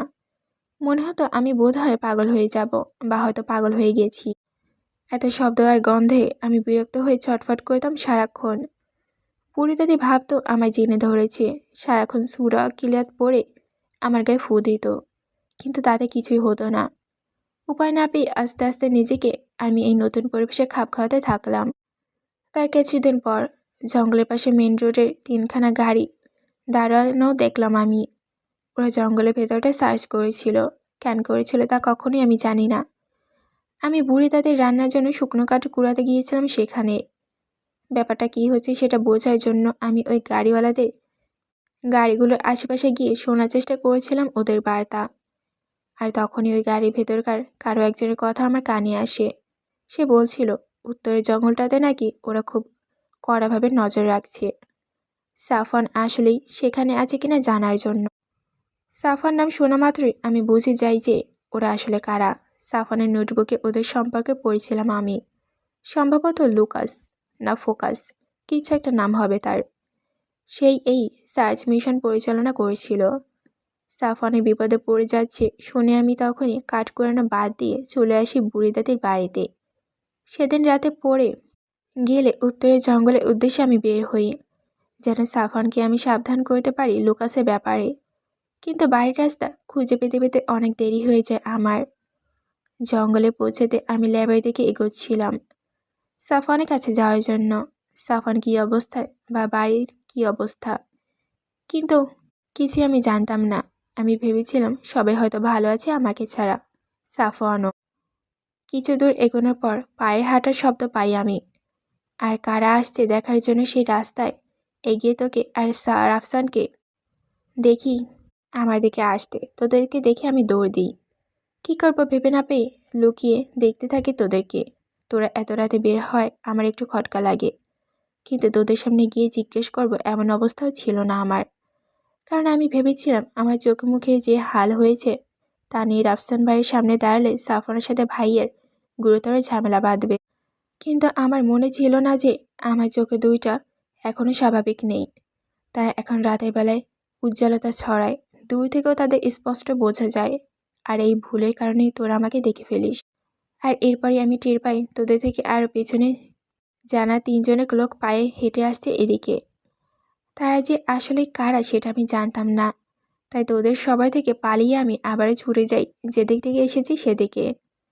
সাফওয়ানকে সেদিন আমার আর সাবধান করা হয় না, তবে আমার বিশ্বাস ছিল সাফওয়ানের কাছে 10টা লুকাস আসলেও ওরা সাফওয়ানে কিছু করতে পারবে না। কিন্তু পরের দিন রাতে আবার সাফওয়ানের সাথে দেখা করতে আসলে আমার সেই বিশ্বাস গুড়িয়ে যায়। তোদের দেখে সেদিন পালিয়ে গিয়েছিলাম। সেদিন আমার জ্বর আসে, ভয়ঙ্কর জ্বর। উঠে দাঁড়ানোর শক্তি পর্যন্ত ছিল না শরীরে। কিন্তু তারপর পরের দিন রাতে আমি আবার সাফওয়ানকে সাবধান করার জন্য আমার জ্বর আর তপ্ত দুর্বল শরীরটা টেনে হিঁচড়ে কোনো রকমে নিয়ে আসি জঙ্গলে। আর জঙ্গলের ভেতর ঢোকার কিছুক্ষণ পর আমি অদ্ভুত রকমের শব্দ শুনতে পেলাম। সাই সাই শব্দ করে কেউ যেন তলার চালাচ্ছিল। চমকে উঠে আমি শব্দটাকে ফলো করতে এগিয়ে যাই। আর এরপর দূর থেকে দেখতে পাই আমার সাফওয়ানকে জনা 10 মানুষকে একা একা চুপিসারে দ্বিখণ্ডিত করতে করতে এগোচ্ছে। কিন্তু সাফওয়ানের শরীরের অবস্থা দেখে আমি অবাক হই। ওর সেই বিশাল আকার পেশিবহুল শরীরটা শুকিয়ে শীর্ণকা হয়ে আছে। কিন্তু এরকমটা কেন হয়েছে সেটা তখন আমি বুঝিনি। লুকাসের লোকগুলো যখন ওকে ঘিরে ধরল তখন আমার জান প্রায় উতলা হয়ে যাচ্ছিল সাফওয়ানকে বাঁচানোর আশায়, কিন্তু আমার শরীরে সায় দিচ্ছিল না। আর এরপর যখন ওই সাদা কোট পরিহিতা লোকটা সাফওয়ানকে শ্যুট করলো তখন আমার দুনিয়া রইল না। মাথার ভেতরটা ঘুরে উঠল আমার। আর এরপর ওখানেই জ্ঞান হারালাম আমি। রুমাইশা থামল, চোখের কোণে লেগে থাকা অশ্রুকণা অনামিকা দ্বারা মুছে ফেলল। সাফিন এতক্ষণ মনোমুগ্ধের মতো রুমাইশার কথা শুনছিল, কিন্তু হঠাৎ বিরতিতে সাফিন আবার নড়ে চড়ে বসল। সাফিন সহ সাফওয়ানের পরিবারের কেউই জানে না সাফন আদৌ বেঁচে আছে কি না, আর তাকে ওই লোকগুলো কেন নিয়ে গেছে, আর সাফনের সাথে বা তারা কি করতে চলেছে, এসবের কোনো ধারণাই নেই ওদের। সাফিন রুমাইশার নীরবতার সুযোগ নিয়ে বলল, আমার বিশ্বাস সাফন ভাইয়া বেঁচে আছে আপু, কারণ ভাইয়াকে যদি মেরে ফেলারই হতো তাহলে ওরা ভাইয়াকে মেরে ফেলে রেখে যেত ওখানে, তাদের সাথে করে নিয়ে যেত না।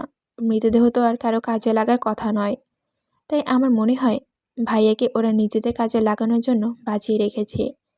ভাইয়া হয়তো আমাদের থেকে অনেক দূরে আছে, কিন্তু বেঁচে আছে, বাকিটা আল্লাহ জানেন। রুমাইশা নিজেকে স্বাভাবিক করে নিয়ে গম্ভীর গলায় বলল, হ্যাঁ সাফন বেঁচে আছে, কিন্তু ঠিক কতক্ষণ বেঁচে থাকবে সেটা বলা যাচ্ছে না। রুমাইশার কথা শুনে সাফিন চমকে লাফিয়ে উঠল এক প্রকার। তারপর চোখ বড় বড় করে জিজ্ঞেস করল, ভাইয়া বেঁচে আছে তুমি শিওর? কিন্তু তুমি কিভাবে জানো? ভাইয়ের সাথে তোমার যোগাযোগ আছে? ভাইয়া কি কোনোভাবে যোগাযোগ করেছে তোমার সাথে? রুমাইশা সাফিনের দিকে শীতল চোখে তাকালো, তারপর আবারও চোখ ফিরিয়ে নিয়ে বলল, না, অন্য একজনের সাথে যোগাযোগ আছে। ল্যাবের সিক্রেট রুমে স্ট্রেচারে হাত পা বাঁধা অবস্থাতেই অস্থির হয়ে নিজেকে ছাড়ানোর আপ্রাণ চেষ্টা করছে সাফওয়ান, আর সেই সাথে রাগে গজগজ করছে। নিজের দুর্বল শরীরটা সর্বশক্তি দিয়ে স্ট্রেচারে মেটালিয়ান বন্ধন থেকে নিজেকে ছাড়ানোর জন্য ছটফট করেছে। রুমাইশার সান্নিধ্য না পেতে পেতে ওর শরীর আগের চাইতে বেশি দুর্বল হয়ে গেছে, আগের থেকে বেশি জঙ্গলি আর হিংস্র হয়ে উঠেছে। তারপর ওই যে টুকু শক্তি ওর দেহে বাকি আছে তার সবটুকু নিংড়ে নিয়ে চেষ্টা করছে নিজেকে ছাড়ানো। নিজের বিবেক বুদ্ধি যেন ধীরে ধীরে লোপ পাচ্ছে ওর, থেকে থেকে সব ভুলে যাচ্ছে ও, কারণ নামমাত্রই মাথায় আসছে না আজকাল। রুমাইশার মুখটা নিভু নিভু হয়ে আছে, মাঝে মাঝে ভেসে উঠছে চোখের সামনে, কিন্তু সেটাও বেশিক্ষণ থাকছে না, উধাও হয়ে যাচ্ছে। স্মৃতিগুলো যেন ধীরে ধীরে বাষ্পীভূত হয়ে যাচ্ছে ওর। ঠিক সেই মুহূর্তে মাইকেল আর জর্জ প্রবেশ করলো রুমে। ওদের দেখে সাফওয়ানের মেজাজ যেন সপ্তমে চড়ে গেল। গর্জে উঠে তাতে দাঁত চেপে ইংরেজিতে বলল, আমাকে আটকে রেখেছিস কেন? আমাকে বাঁধনটা খুলে দে একবার, তারপর তোদেরকে বোঝাচ্ছি আমি কে। সবটাকে গলার নল খুলে কুকুর দিয়ে খাওয়াবো আমি। মাইকেল এসে সাফওয়ানের পাশে বসলো, তারপর বলে উঠল, শান্ত হন মিস্টার সাফওয়ান আহমেদ। আপনি হয়তো অবগত আছেন যে কেন আপনাকে এইখানে নিয়ে আসা হয়েছে, কিন্তু সেই উদ্দেশ্য সফল করার জন্য আপনাকে মরতে হবে। তবে আমাদের কাছে একটা উপায় আছে আপনাকে বাঁচিয়ে রাখার। আপনি যদি আমাদের সব শর্ত মেনে নেন তবে আমরা আপনাকে বাঁচানোর সর্বোচ্চ চেষ্টা করব। এতে আমাদের দুপক্ষেরই লাভ হবে।